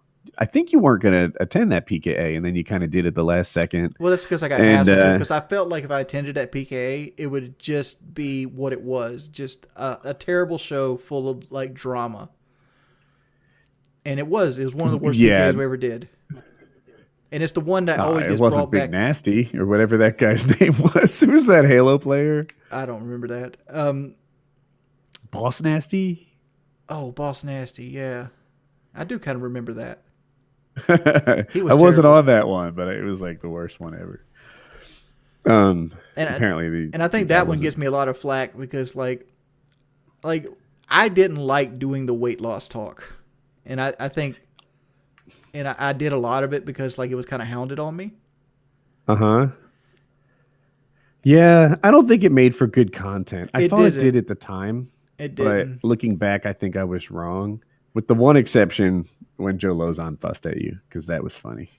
Like that was, come on, Joe had a knack for it. I don't He'd play remember. the damn Dude, Incredible Hulk you know how many damn song. PKs I've done? Like I don't remember half the shit that happened on PK. Like even like I've done 176 episodes or some shit like that. Is that right? That might Yeah, be. the dude, time flies. Someone had calculated that I did more PKA from this house than my last one, and it was like, what? Like, I guess it's right. They're usually right about stuff like that, but I didn't realize You know, that. everybody remembers dates, but if Kitty's in the chat, she'll tell you that we pretty much weren't doing FPS boot camp stuff by the time I left. Like we had nothing She planned. said Wings did bust his butt at boot camp, though. So she's saying I went positive in. things. I went You in and worked tried hard. I did. I mean, you could Yeah. physically see the difference between day one where I was struggling to hit a tire with a baseball bat, and then like toward the end of like the videos where like I was beating Jeremy on certain activities. Nice. Yeah. Like I would wake up every morning. I would walk. I'd get the mail, and then like I'd sit around and do nothing for a while. If Kyle wanted to work out, we'd work out. And then later that night, I'd usually get on the elliptical or go down in the gym and do weights. I have a question. Someone brought it up in the chat. You know the poop story with your grandmother, the Yes. doctor, like she was a nurse or something? Was that story true? Yes, Yes. Okay. that story is 100% true. She wasn't a nurse. She was a nurse's aide. Like she basically would go to old people's houses and like wipe their butts and cook them meals and stuff like that. I'm glad that story's true. I like That it that story is way. completely true. I remember that part vividly in my life because that was the worst constipation I've ever been in my life because it lasted like a week and a half. Because I was scared to put stuff up my butt at the time. Say that again. I was afraid of putting stuff up my butt at the time because I'd never had an enema. Well, not an enema. Like I've had like a at that point I had only time things went up my butt was like at a doctor's office. Like I had anal piluses, and I had to have like stuff shot up my butt to like take X-rays for the inside of my bowels. Yeah. But like Is it pilus? I'm trying to remember what that polyps. Is polyps, it a polyp by chance? polyps, yeah. Okay. And so I can't say I've never had stuff in my butt, but like stuff going in my butt, I was uncool with. Oh, you got to come around, Wings. Yeah. You might be missing So I was something. afraid of enemas. So like I just dealt with being constipated, hoping that I would eventually pass it, and it just never happened.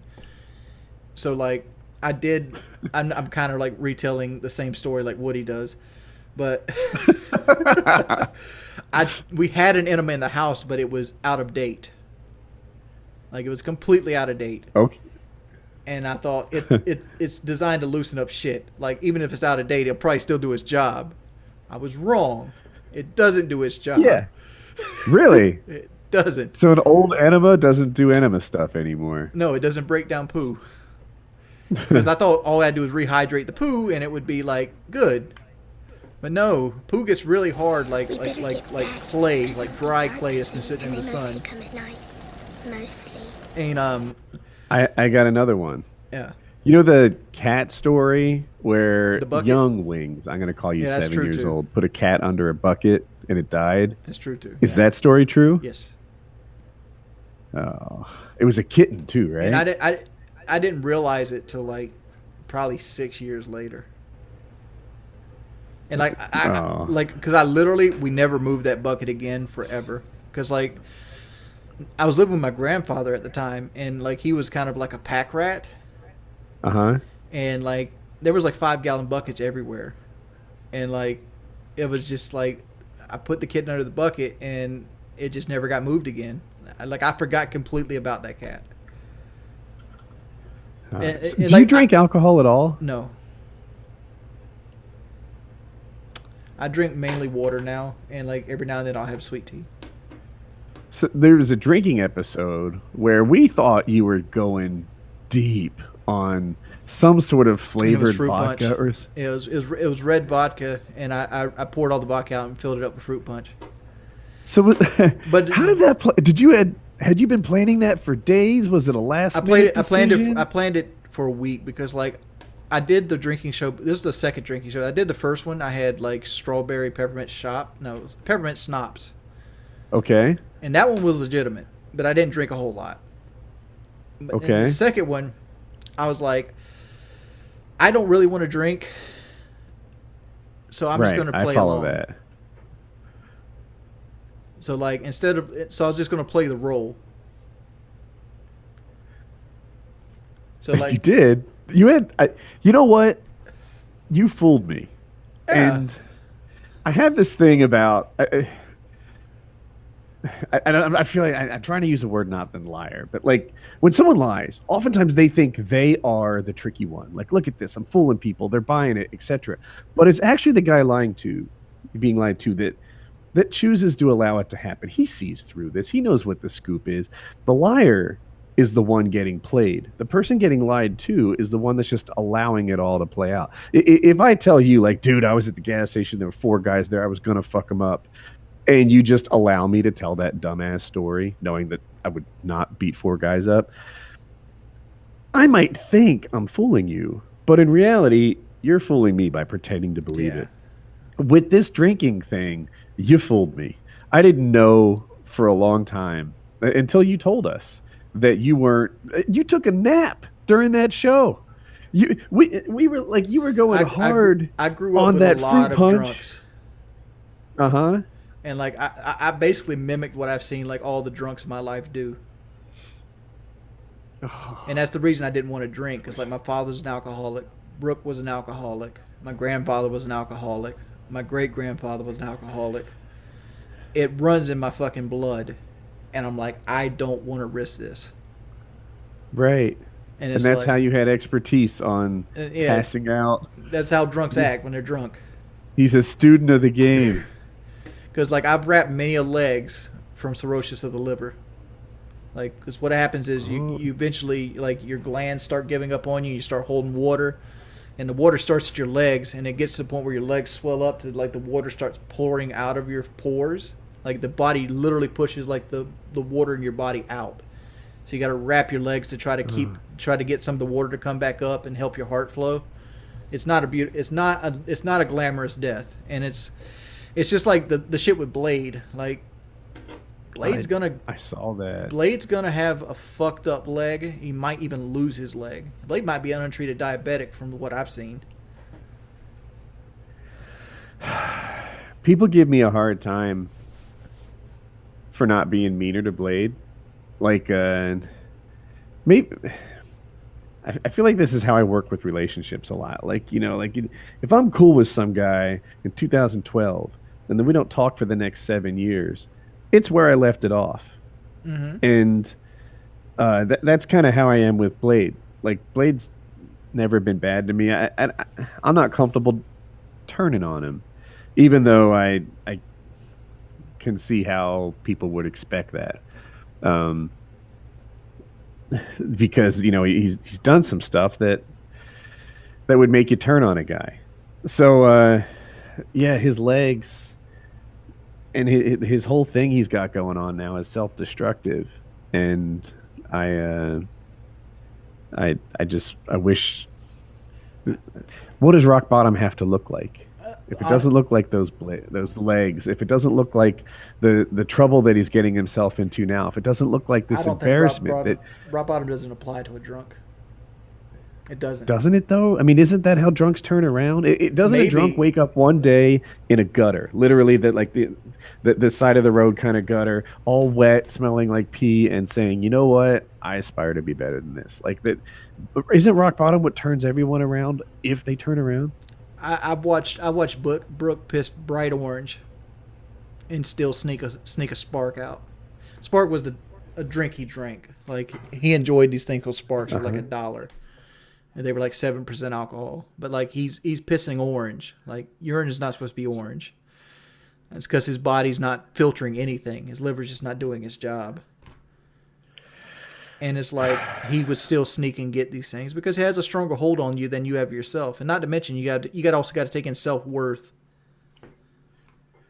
Yeah, I think the worst thing that happened with Blade was him getting with Ice Poseidon. That was the worst thing he could have done. I think about good things that turned out poorly for people all the time. Like the famous example is the lottery, right? It seems like a lot of people that win the lottery don't turn out well after that. It turns out to be like if they had just been plugging away as an HVAC repairman, they would have lived a better life than what it turned into post lottery, where now they're deep in debt in spite of the fact that they got $6 million, or now they have family trouble, or like it just, that money turned out to be a curse. And it's crazy to think it could be, but it did. Anyway, YouTube success. I've seen a bunch of people get YouTube success and think, man, like they would have been better off not having it. You know, they didn't get rich out of it. They didn't get set up for life. Now they just find themselves in a spot where they fast forwarded without building job skills. Like it wasn't a positive thing in the end for them. And Blade and Ice Poseidon, like that seemed like a great break. But when you get paid for drinking streams and you're as prone to becoming an alcoholic as Blade is, then that's not the win that it seemed like. That lucky break of getting a little fame and fortune, if you call it that, was actually a curse. And I agree. I think Blade hooking up with Ice, I don't know what the alternative universe would look like. It wasn't like he was crushing it, but Blade's never gonna get rock bottom, and another reason why is because like eventually with alcohol you sober up, and you can look, and especially when it's on camera, you can look back how you acted on alcohol. Like, right? Like when you're over here like physically groping girls and like pulling your dick out, when you're sober and you look back at that and you're like, oh, I'm gonna do another drinking stream tomorrow night. You know, it's how do you make that choice? Like, on a side note, I don't know why that doesn't work better. I really feel like if women groped guys and pulled their tits out, they'd have success with that strategy, right? Am I crazy? You're right about that, but like, I want to take another caveat on that. As a guy who's addicted to food, there was times I couldn't stop myself from eating. Like I've told this story before, but there's been times I've sat in my truck and cried because I was going to go to McDonald's and there's nothing I could have done about it. Like, it just has that much control over you. And I'm sure Blade gets to that point, and that's how he makes that choice, where he's like, oh, well, I'm talking to Chris Hansen about raping a girl. Let's schedule a drink stream next week. Or the next day. Or maybe even that night. I don't know. I don't know the timeline. From what I've seen, like, there's no rock bottom for alcoholics, though. It just doesn't happen. I've never seen an alcoholic hit rock bottom. Really? Never seen it. I've seen people cry about it, but it just continue to do it. Who was the guy that did the he was a late talk show host. Probably followed Conan or something. He was pretty cool. He had a robot. I'm waiting for the chat to hear me. They're going to know the guy's name. He was an alcoholic. He beat it. He did a famous kind of talk about Britney Spears when she cut her hair, and he saw it through a different light, you know, like people are saying Ferguson, Craig Ferguson. Yeah, I think that was his name.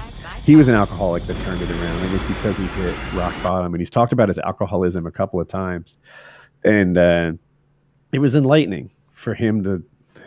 He's like how an alcoholic sees alcohol, how they want things you normally drink in shots, they drink in full glasses, and how once they get one or two, there's no stopping until tomorrow.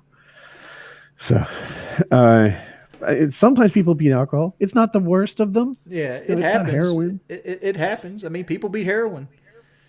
I mean, people even beat crack.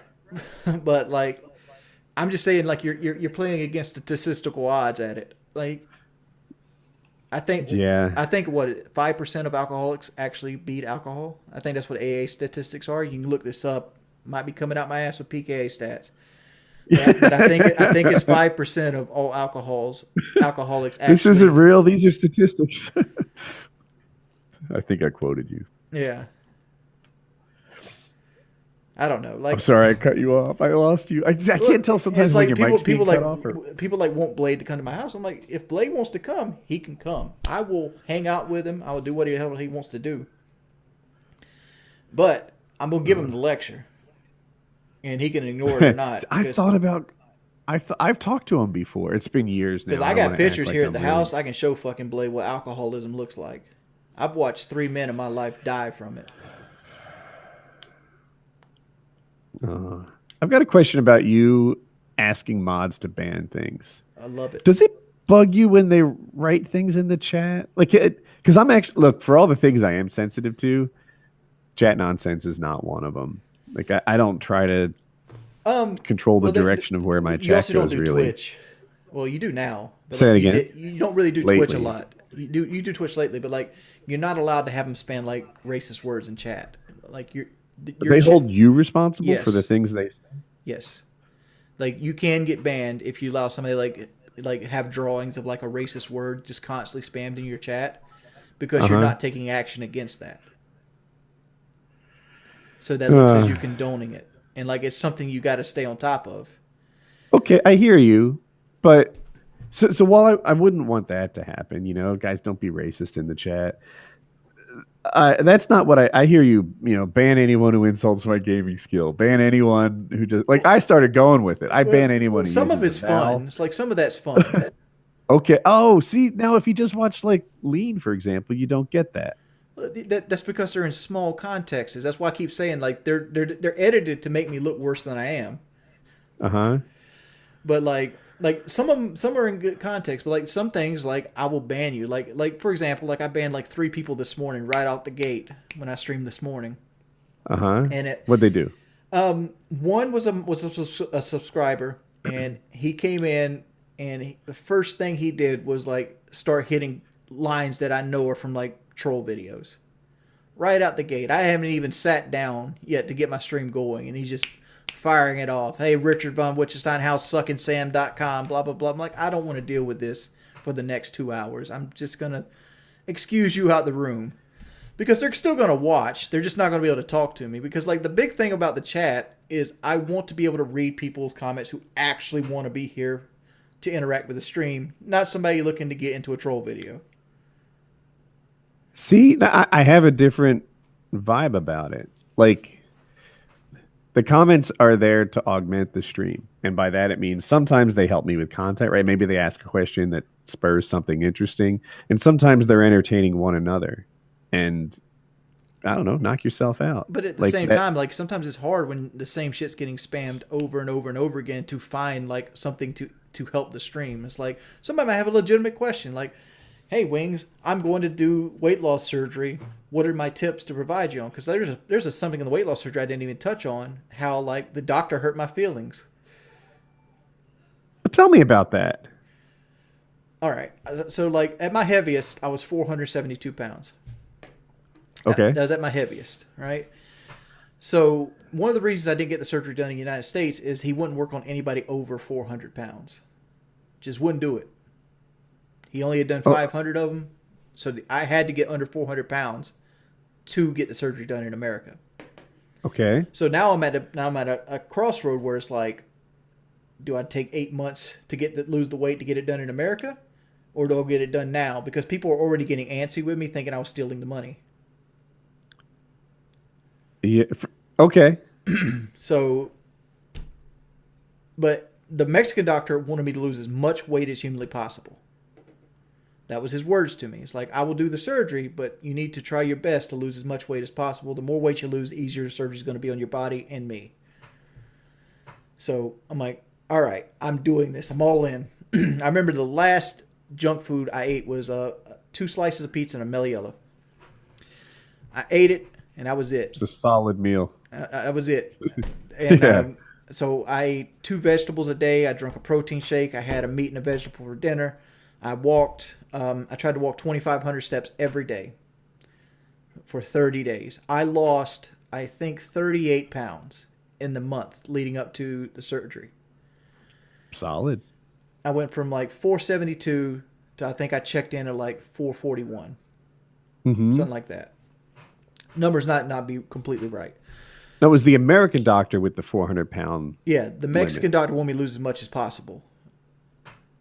Wait, actually, so that cut off a little bit. The American doctor was any weight, but do your best, right? No, that the Mexican doctor was any weight, but do your best. The more you lose, the easier it's going to be on me and you. Roger that. Because fatty liver. Fatty liver is something big people deal with, and it makes because you have to pick the liver up to get to the stomach. And when liver's overextended and fatty, it makes it slip on the tools. But the American doctor wouldn't work on anybody over 400 pounds. If you're 402 pounds, he sent you to a nutritionist till you got under 400 pounds. Mm-hmm. But I got there. I'm proud of myself. I lost 38 fucking pounds. Like, by myself. Nobody helping me. I did everything myself. I lived off. The only thing that helped me was I had my grandmother cook, like, the meats for me. I did all the vegetables and everything myself. And I was proud of myself. I was happy. I was on cloud 9. I made some friends because you get to go a day ahead of time and stay at a Marriott, and you can do what you want to do. You just can't eat or drink anything. So I got to make some friends. We're all getting hospital rooms. We're all getting checked in. So the doctor comes by and starts visiting everybody, and like he slams me hard in broken English. Like you always talk about, like it's always the true shit that hurts your feelings the most. Yes, that hurts your feelings. And it's like, you did not do a good job losing weight. And like my pride kicked in right away because I was so proud of myself. I just started crying right there, and I got loud with him. I thought he was going to throw me out the hospital. Okay. Because like I'm like, dude, I did my fucking best. I lost 38 goddamn pounds, and you're trying to tell me I'm not doing my best. And like there was an English barrier there because he didn't understand that I was upset that he was telling me that. I don't think he understood that he was upset that he was telling me that he felt like I could have lost more weight, and I was telling him I did my best I could. I think it was lost in translation. But like he still agreed to do the surgery because, you know, like why is he going to pass up a payday? Because he like another big factor of doing with Dr. Garcia was he's done over 10,000 of them, where the guy in Conway did 500. Huge difference. Huge difference. Like no matter where you're from, experience is king. Yeah, I there were other people who thought going to Mexico was a terrible idea. Right, I remember the cat lady made a video, and some people just thought it was awful. I never did. You know, I always thought that like this guy is a machine churning these things out again and again. This hospital is not going to be a shack with a, you know, dirt floor. It's going to be the real deal. And I think that I can tell you one thing that made me uneasy about that hospital. Say it again. I can tell you one thing that made me uneasy about the hospital. Okay. When I went into surgery, they had a radio playing music in the surgery room. Well, that's normal. I've never been in surgery. Yeah, they usually wait till you're out. Oh yeah, no, they play music. Yeah, that's a, you know, they'll have a stereo system in the surgery room. So. That I'm like, man, I'm in a third world fucking country, and they're listening to like some Latin jam. And I cut my big ass open. My dick's all flopped out on the table and everything. They've been playing La Cucaracha in this country for 30 years. That, no, the music thing is totally normal. That's no big deal. Did they give you a medicine that they said was to make you less nervous? No, I didn't get any of that. And I also didn't get painkiller because I requested not to get painkiller. Oh, for after the surgery? Yeah. Switch to DCS ranging. Because like I don't want to do any painkiller if I don't have to. Right. Yeah, I'm like that too. And also, I usually don't get a positive impact. Now, the painkillers are a broad thing. I like ibuprofen and such, but what is the class of? Is it barbiturates? Is it opium? I'm not narcotics. Is what I'm going for. Like all that narcotic stuff, I feel kind of sick and dizzy, and it's not a pleasant experience for me. I think that the people who get addicted to it usually really, really enjoy it, and I don't like being on it, so I typically I would say again, like not getting the painkillers was actually probably the best way, because like after everybody getting the surgery, I was the only person up and actually walking and like feeling good. Everybody else was like walking zombies and like they're vomiting, and and like they're high on painkillers, and they're also full of carbon dioxide. So, for those you don't know, when you have surgery, they shoot carbon dioxide into your body to expand your skin, to basically help them. So they have room to work. To have room to work, right? yeah. And the only way to get rid of this carbon dioxide is to sweat it out. So they want you to walk as much as humanly possible after the surgery to get this carbon dioxide out of your body, because it's got to come through your pores, and to make you feel better, because you're going to feel bloated. And like when you were hopped up on like painkillers, you'll sleep a lot, and it takes you a lot longer to get this carbon dioxide out of your body, so it makes you feel really bad.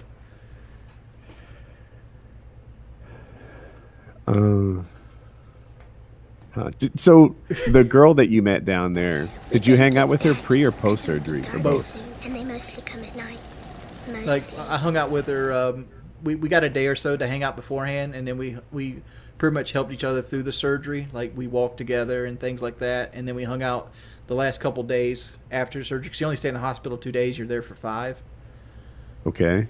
Because it's kind of like sold as like a vacation package deal. So like you get to go like on like a vacation tour and like go to shops and stuff like that. Which is also kind of sketch if you think about it. It's called medical vacation. I like it. Yeah, someone else in my universe went to Costa Rica for dental work, and I think he was happy with how it worked out. The American healthcare, it's good, but it's expensive. I would go back to Mexico for more work. I would. You would? Yes. Yeah. I would. Anybody is afraid to go to Mexico for healthcare, don't be. The hospital is just as clean as Conway Hospital, which I don't know if Conway Hospital is a good barometer, but it's the one I have. What if my primary concern is that my doctor will hurt my feelings? That seems like a real problem. Well, if you can't deal with like nurses that can't speak English, and you like the doctors. All right, I got more questions. Yeah. The Mr. Big Guy music video. Never seen it. What? I know of it. I've never watched it. You never saw the Mr. Big Guy one? Nope. You're probably trying to find it to make me watch it, but I don't want to watch it. No, I'm not doing anything. I actually didn't know if you were thinking, not talking, or if it was because the mic's been sort of cut off. Yeah. Come on, Wings, come clean. You saw the Mr. Big Guy I have not video. seen it. That one. I have not seen it. Not in any length. I've like seen like snippets of memes and GIFs people have made out of it. Because like sometimes you watch other videos and part of that video will be in another video. But like I've never seen the thing in its entirety. So do you have a special appreciation for how well done that one was? I don't mind like here's the big thing I have with like the troll like content, especially like the Liquid Richard stuff. Okay. Like the Liquid Richard stuff, I can appreciate the artisans part of it, like the craftsmanship and the time that it takes to go in to make that stuff.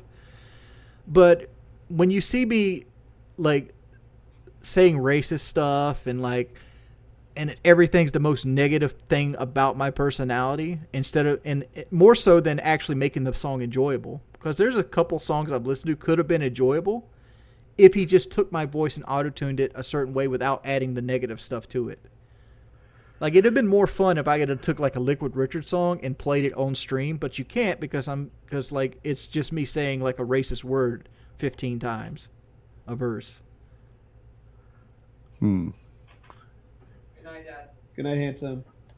And I'm on the stream. And another thing is like I've actually like dropped like freestyles just so they'd have material to make those songs with, because like I know people appreciate them.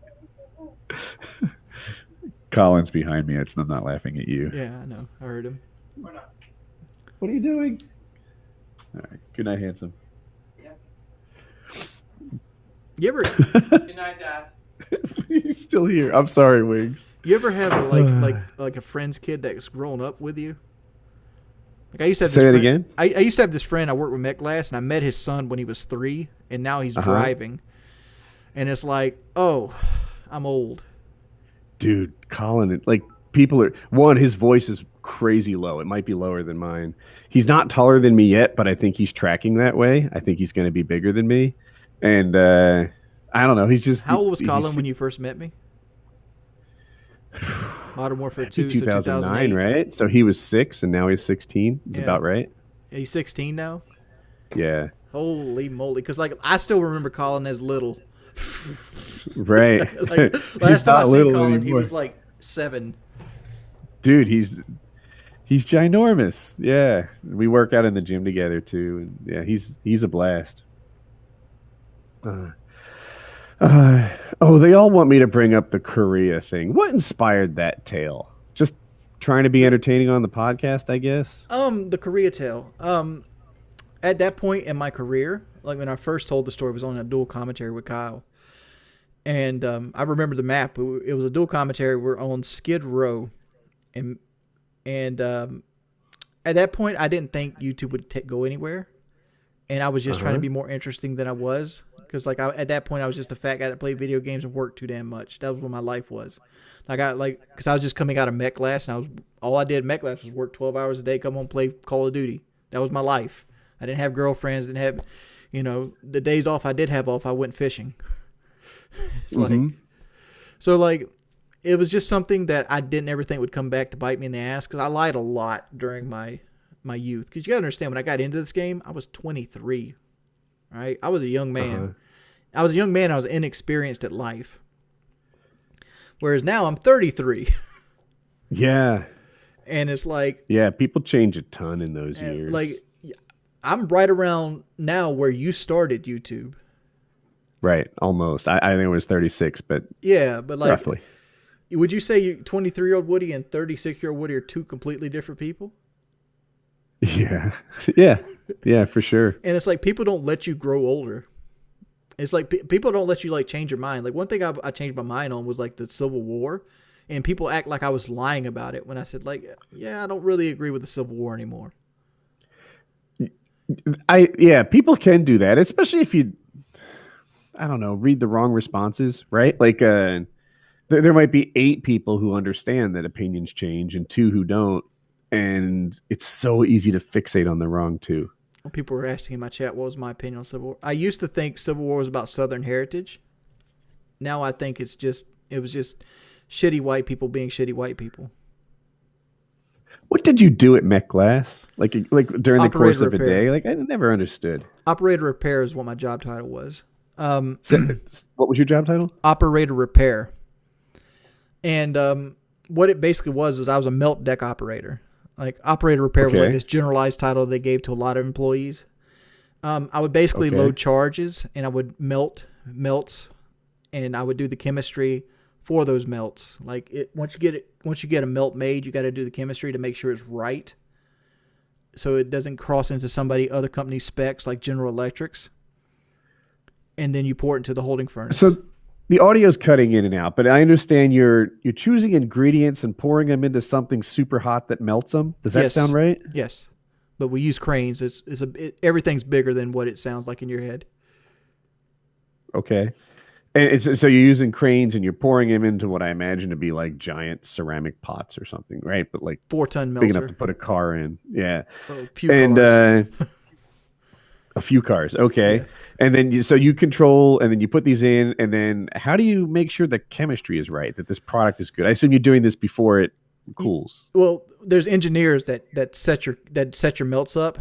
Like there's people that's above my pay grade that would like give me a list of what to put in the melter, and then once you get it in, you would basically keep it hot and it'd be liquid, and then you would take samples of that and they would fine tune it at that point. So you take it to a chemistry lab, they would run tests on it, and you'd bring it back and you're like, oh, add this much silicon, add this much boron, and we're good. I'm actually curious about so this thing's molten metal of some sort. Yes, liquid metal. Say it again. Liquid metal.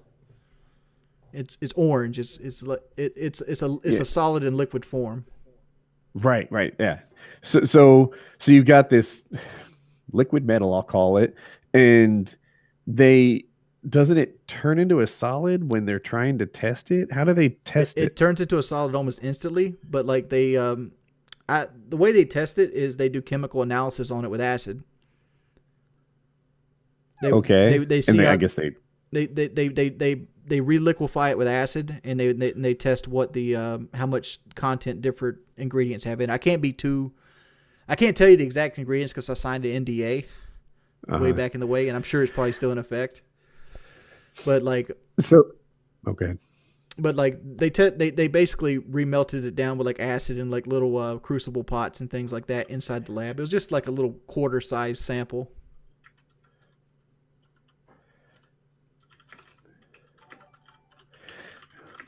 Sorry. And like what I was going back to school for back then was metallurgical engineer, which was basically to do the job ahead of me, to create the melts and stuff like that.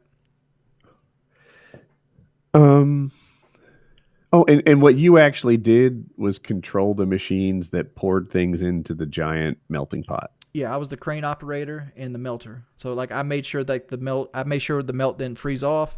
I had to clean the inlets. I had to clean the pit. I had to do the weigh ups. I had to unload the trucks with the billets and all the extra stuff. That was my job. What happened to that job? Did you get fired? 2008 housing crash happened. That happened to a lot of people. 2008, for those of you who don't know, the housing market crashed. And how that affect MetGlass, which we made transformer cores, was banks restructured how they gave businesses loans. So what ended up happening was all our business was like mainly Brazil and China, and they were getting loans from American banks to pay for our product. And they had gotten loans, that these long tail loans that were buying our product for like 6 years out. So we were running 24 hours a day, 7 days a week. Well, all of a sudden it's like, we're doing it based on our order now. We're going to only order what we need. And now you got 200 men that work 24 hours a day. The orders get filled quick. So like, then the machines are down. Once the machines are down, you got people standing around, making $26 an hour doing nothing. So like, at that point, they made us paint everything. So we painted the whole fucking building. Like, we painted everything. I remember being in a JLG, which is like this big man lift thing, painting a crane orange. And like, that only lasted for like 2 months. And they're like, yo, there's not enough work. We're going to start laying people off. Well, that sucks. And so I got on unemployment, and then I started YouTube. And then you started YouTube, and I guess by the time unemployment wore out, YouTube started to look pretty attractive. I had to sell my boat. You had a boat? Yeah, like on the back of my truck it says Team Triton Boats, and I had a 2006 Triton with a 90 Optimax on it. It was aluminum, 17-footer, and I bought it with my 401k. Good financial choices. I own 1/15 of a boat. It's always broken. It was a bass boat. So like I had it, I wasn't using it, and I'm like, my boat's worth about 10 grand. If I sell this boat, I can use that money to keep me afloat until Machinima money comes in, and that's what I did. Because Machinima had already, it was right at the point where Machinima was like getting to the point where it's like, we're going to start paying you for your personal channels, because like we would only get paid for like every 3 months for like whatever went on Machinima Respawn. Mm-hmm. The personal channels were like that at first too. They paid you quarterly, but it's hard to live on that. Yeah, it like was. And it was a surprise. That was a thing I didn't like also. So Wings knows this, but it used to be we didn't get paid for mobile views at all. So Zero. You couldn't just like look at your views and anticipate what your paycheck would be. It would shock you. Like you don't know what's coming in. You don't know what the scoop is. And, every time the paycheck rolled in, it was a surprise. You hoped it was big, but it might not be. And so when they started paying monthly and it became easier to figure out what that check would be, it became a more viable career. I always talk about my biggest check was like $28,000. That was one of those like quarterly Machinima checks. Yeah.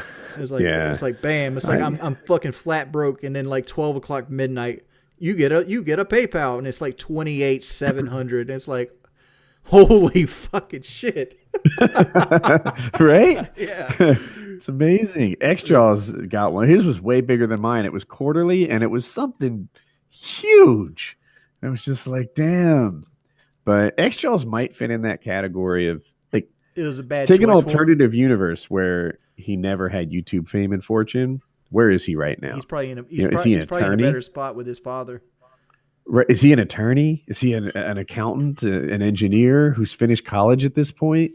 Like YouTube. People say I fail all the time, and I always bring out a point. I'm still here. There's a lot of people that aren't. Yeah. People are asking what my biggest check was. I want to say it's 50, but I don't know if I'm mixing it up with the X-Jaws check. I don't mean to lie, but I think that I got They kind of run into each other for a while there because we were all making dumb money. And it was 10 years ago. Yeah. But yeah, like X-Jaws won a lottery, and like a lot of lottery winners, it didn't turn out to be a great thing. Yeah, and especially if he's still feeling the side effects of it, because I haven't kept up with him. Like, I don't know how he's dealing. Like, 'cause he got addicted to Adderall, right? Yes. Yeah, it's like, is he still feeling the effects of that? Like, even after the Call of Duty money's wore off? No, I wouldn't think. I think the drug thing he has all sorted out now. I think that I'm just making this up, but my expectation is that he has more of a, like, because fame and fortune came so easily, it's distorted his view of what work is like. Whereas if he had just kept plugging away as a successful student and then, carried that into college, carried that into like a natural life cycle, it would have been great. But instead, he's finding it hard to, just go, nose into a book and get the next part of life working well for him. I'm gonna say something you're gonna disagree with. Okay. YouTube is harder than Mech Glass. Did you say YouTube's harder than Mech Glass? Yes. People get mad at me all the time when I say this, but like doing YouTube, being your own self-motivator, being the total controller of your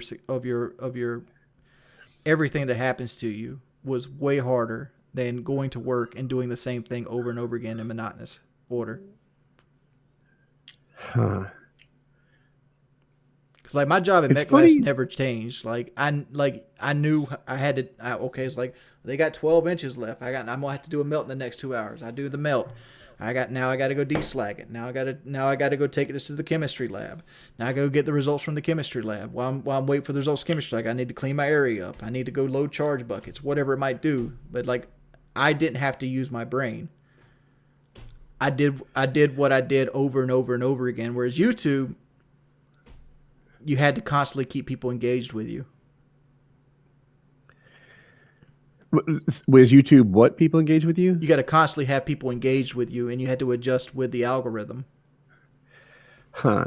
See, my day job, it wasn't as defined. Like, every day you kind of had to figure things out, how to do things right. There was lots of decisions being made. Like, that wasn't what made the job hard or easy. I'm trying to, I think the biggest struggle at Cisco was there was kind of a lack of excitement. Like there wasn't a joy. That's what I should say. The YouTube thing, as hard as it was, at least there was an element of joy. There were times when I did things on YouTube, but I was really proud of myself. The whole concept of this though was like, I hate people saying YouTube isn't a job. It totally is a job. Yeah, it can definitely be a job, but I would argue that MetGlass probably didn't bring a lot of joy either. Maybe you're not using this argument because your Twitch doesn't bring you a lot of joy right now. Like I'm happier now than I've been in my entire YouTube career. Really, right now? Right now, I'm happier now than when I was making $10,000 a month.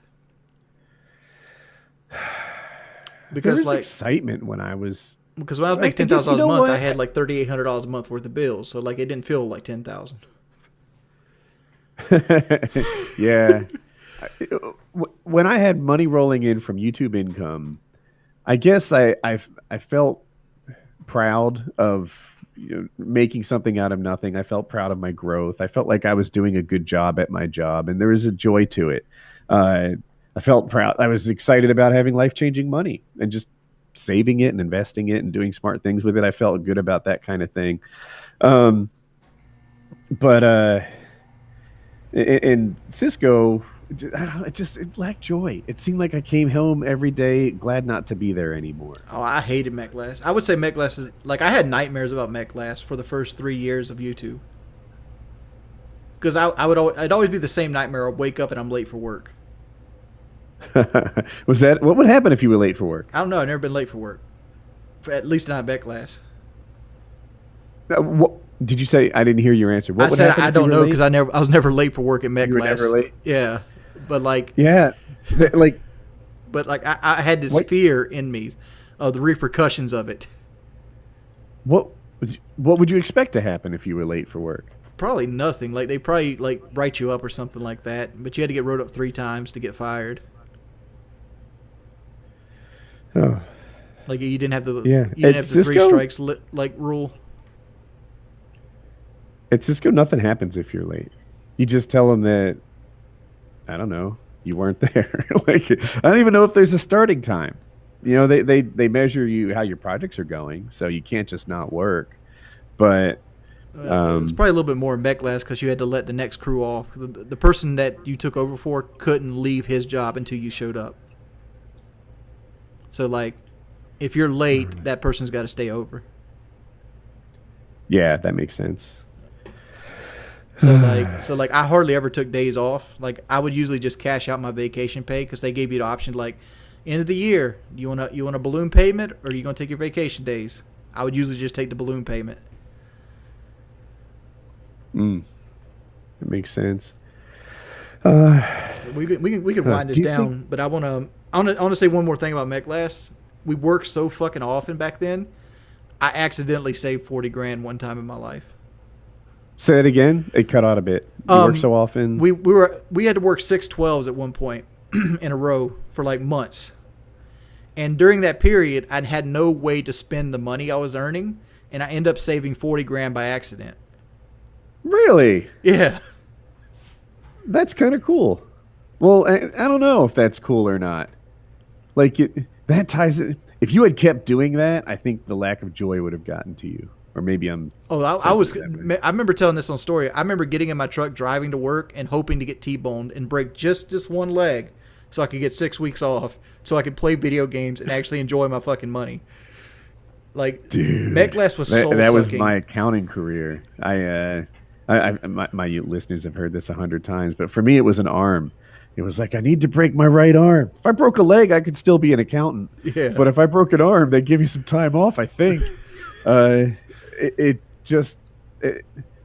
All I did was work and sleep. So I was going to night school, and pretty much every moment I was awake, I was either commuting, working, or studying.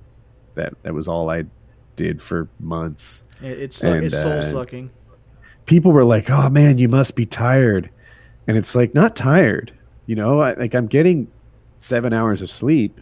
It's just that the other, it's incalculable, 17 hours a day, I guess, or whatever. I'm fucking it up. Well, it's 7 hours of sleep, but every other hour is spent working, driving. Every time you open your eyes, you're at work. Yeah, I open my eyes and I've got something to do, and that doesn't finish until I close them. And it gets even worse, like when it's monotonous, when it's the same fucking thing. Like the worst thing is going on to a 12-hour shift and the person behind you didn't clean up. So now you got to clean up before you start doing his job. It's like, oh, because like different shift guys were like more strict about having a clean work area. Yeah. Let's go and call it there. Say it again. Let's call it there. We've almost done 4 hours. Yeah, I was just gonna say it's been good. Time to wrap. Yep. I want to thank everybody for coming out to the stream. I don't know if Woody's going to play more World War Z, but appreciate everybody who came out to my stream. I know a lot of you guys think Woody's trolling me. I don't know why. That's not fair. That's what they've been spamming for the last hour. You tell your stream they hurt my feelings, Yeah. and that I'm falsely accused. There's one of my mods in the chat. Remember I was telling you about that guy's kid that grew up? That's him. I met him when he was 3. He's 16 now. Yeah. I have to address this. My chat has mentioned PKA 10,000 times. I actually don't even feel authorized to invite. I haven't booked guests for ages. Do you want to do PKA? No. I don't want to do PK. All right. Well, then that should satisfy my chat. They've been looking for that answer. I mean, like I've told the answer. I'm sure it's been in troll videos. It's like, it's a chapter of my life I'd much rather remember fondly. Roger that. Yeah. Well, I felt obligated to get an updated answer. So there we are. All right, man. I guess until next time. All right. Peace, pimp. Later. See everybody. Let me go ahead and do some donation rundowns here. Thank you, Crystal Meth, for donating $3. Appreciate everybody coming out. Thanks. I hope you guys enjoyed this. If you want to see this more often, let me know. I got other people I can pull in. But I hope you guys had a wonderful time. And I'm out. Peace, people. See everybody. Let me go ahead and do some donation rundowns here. I should probably do Meth that. for donating $3. Thank you, Spastastic, for donating $5. I'm an idiot. Thank you, I don't even know Delazio, how for to hang donating up the 4. call. Thank you, Ian Sharpshooter, for donating 3.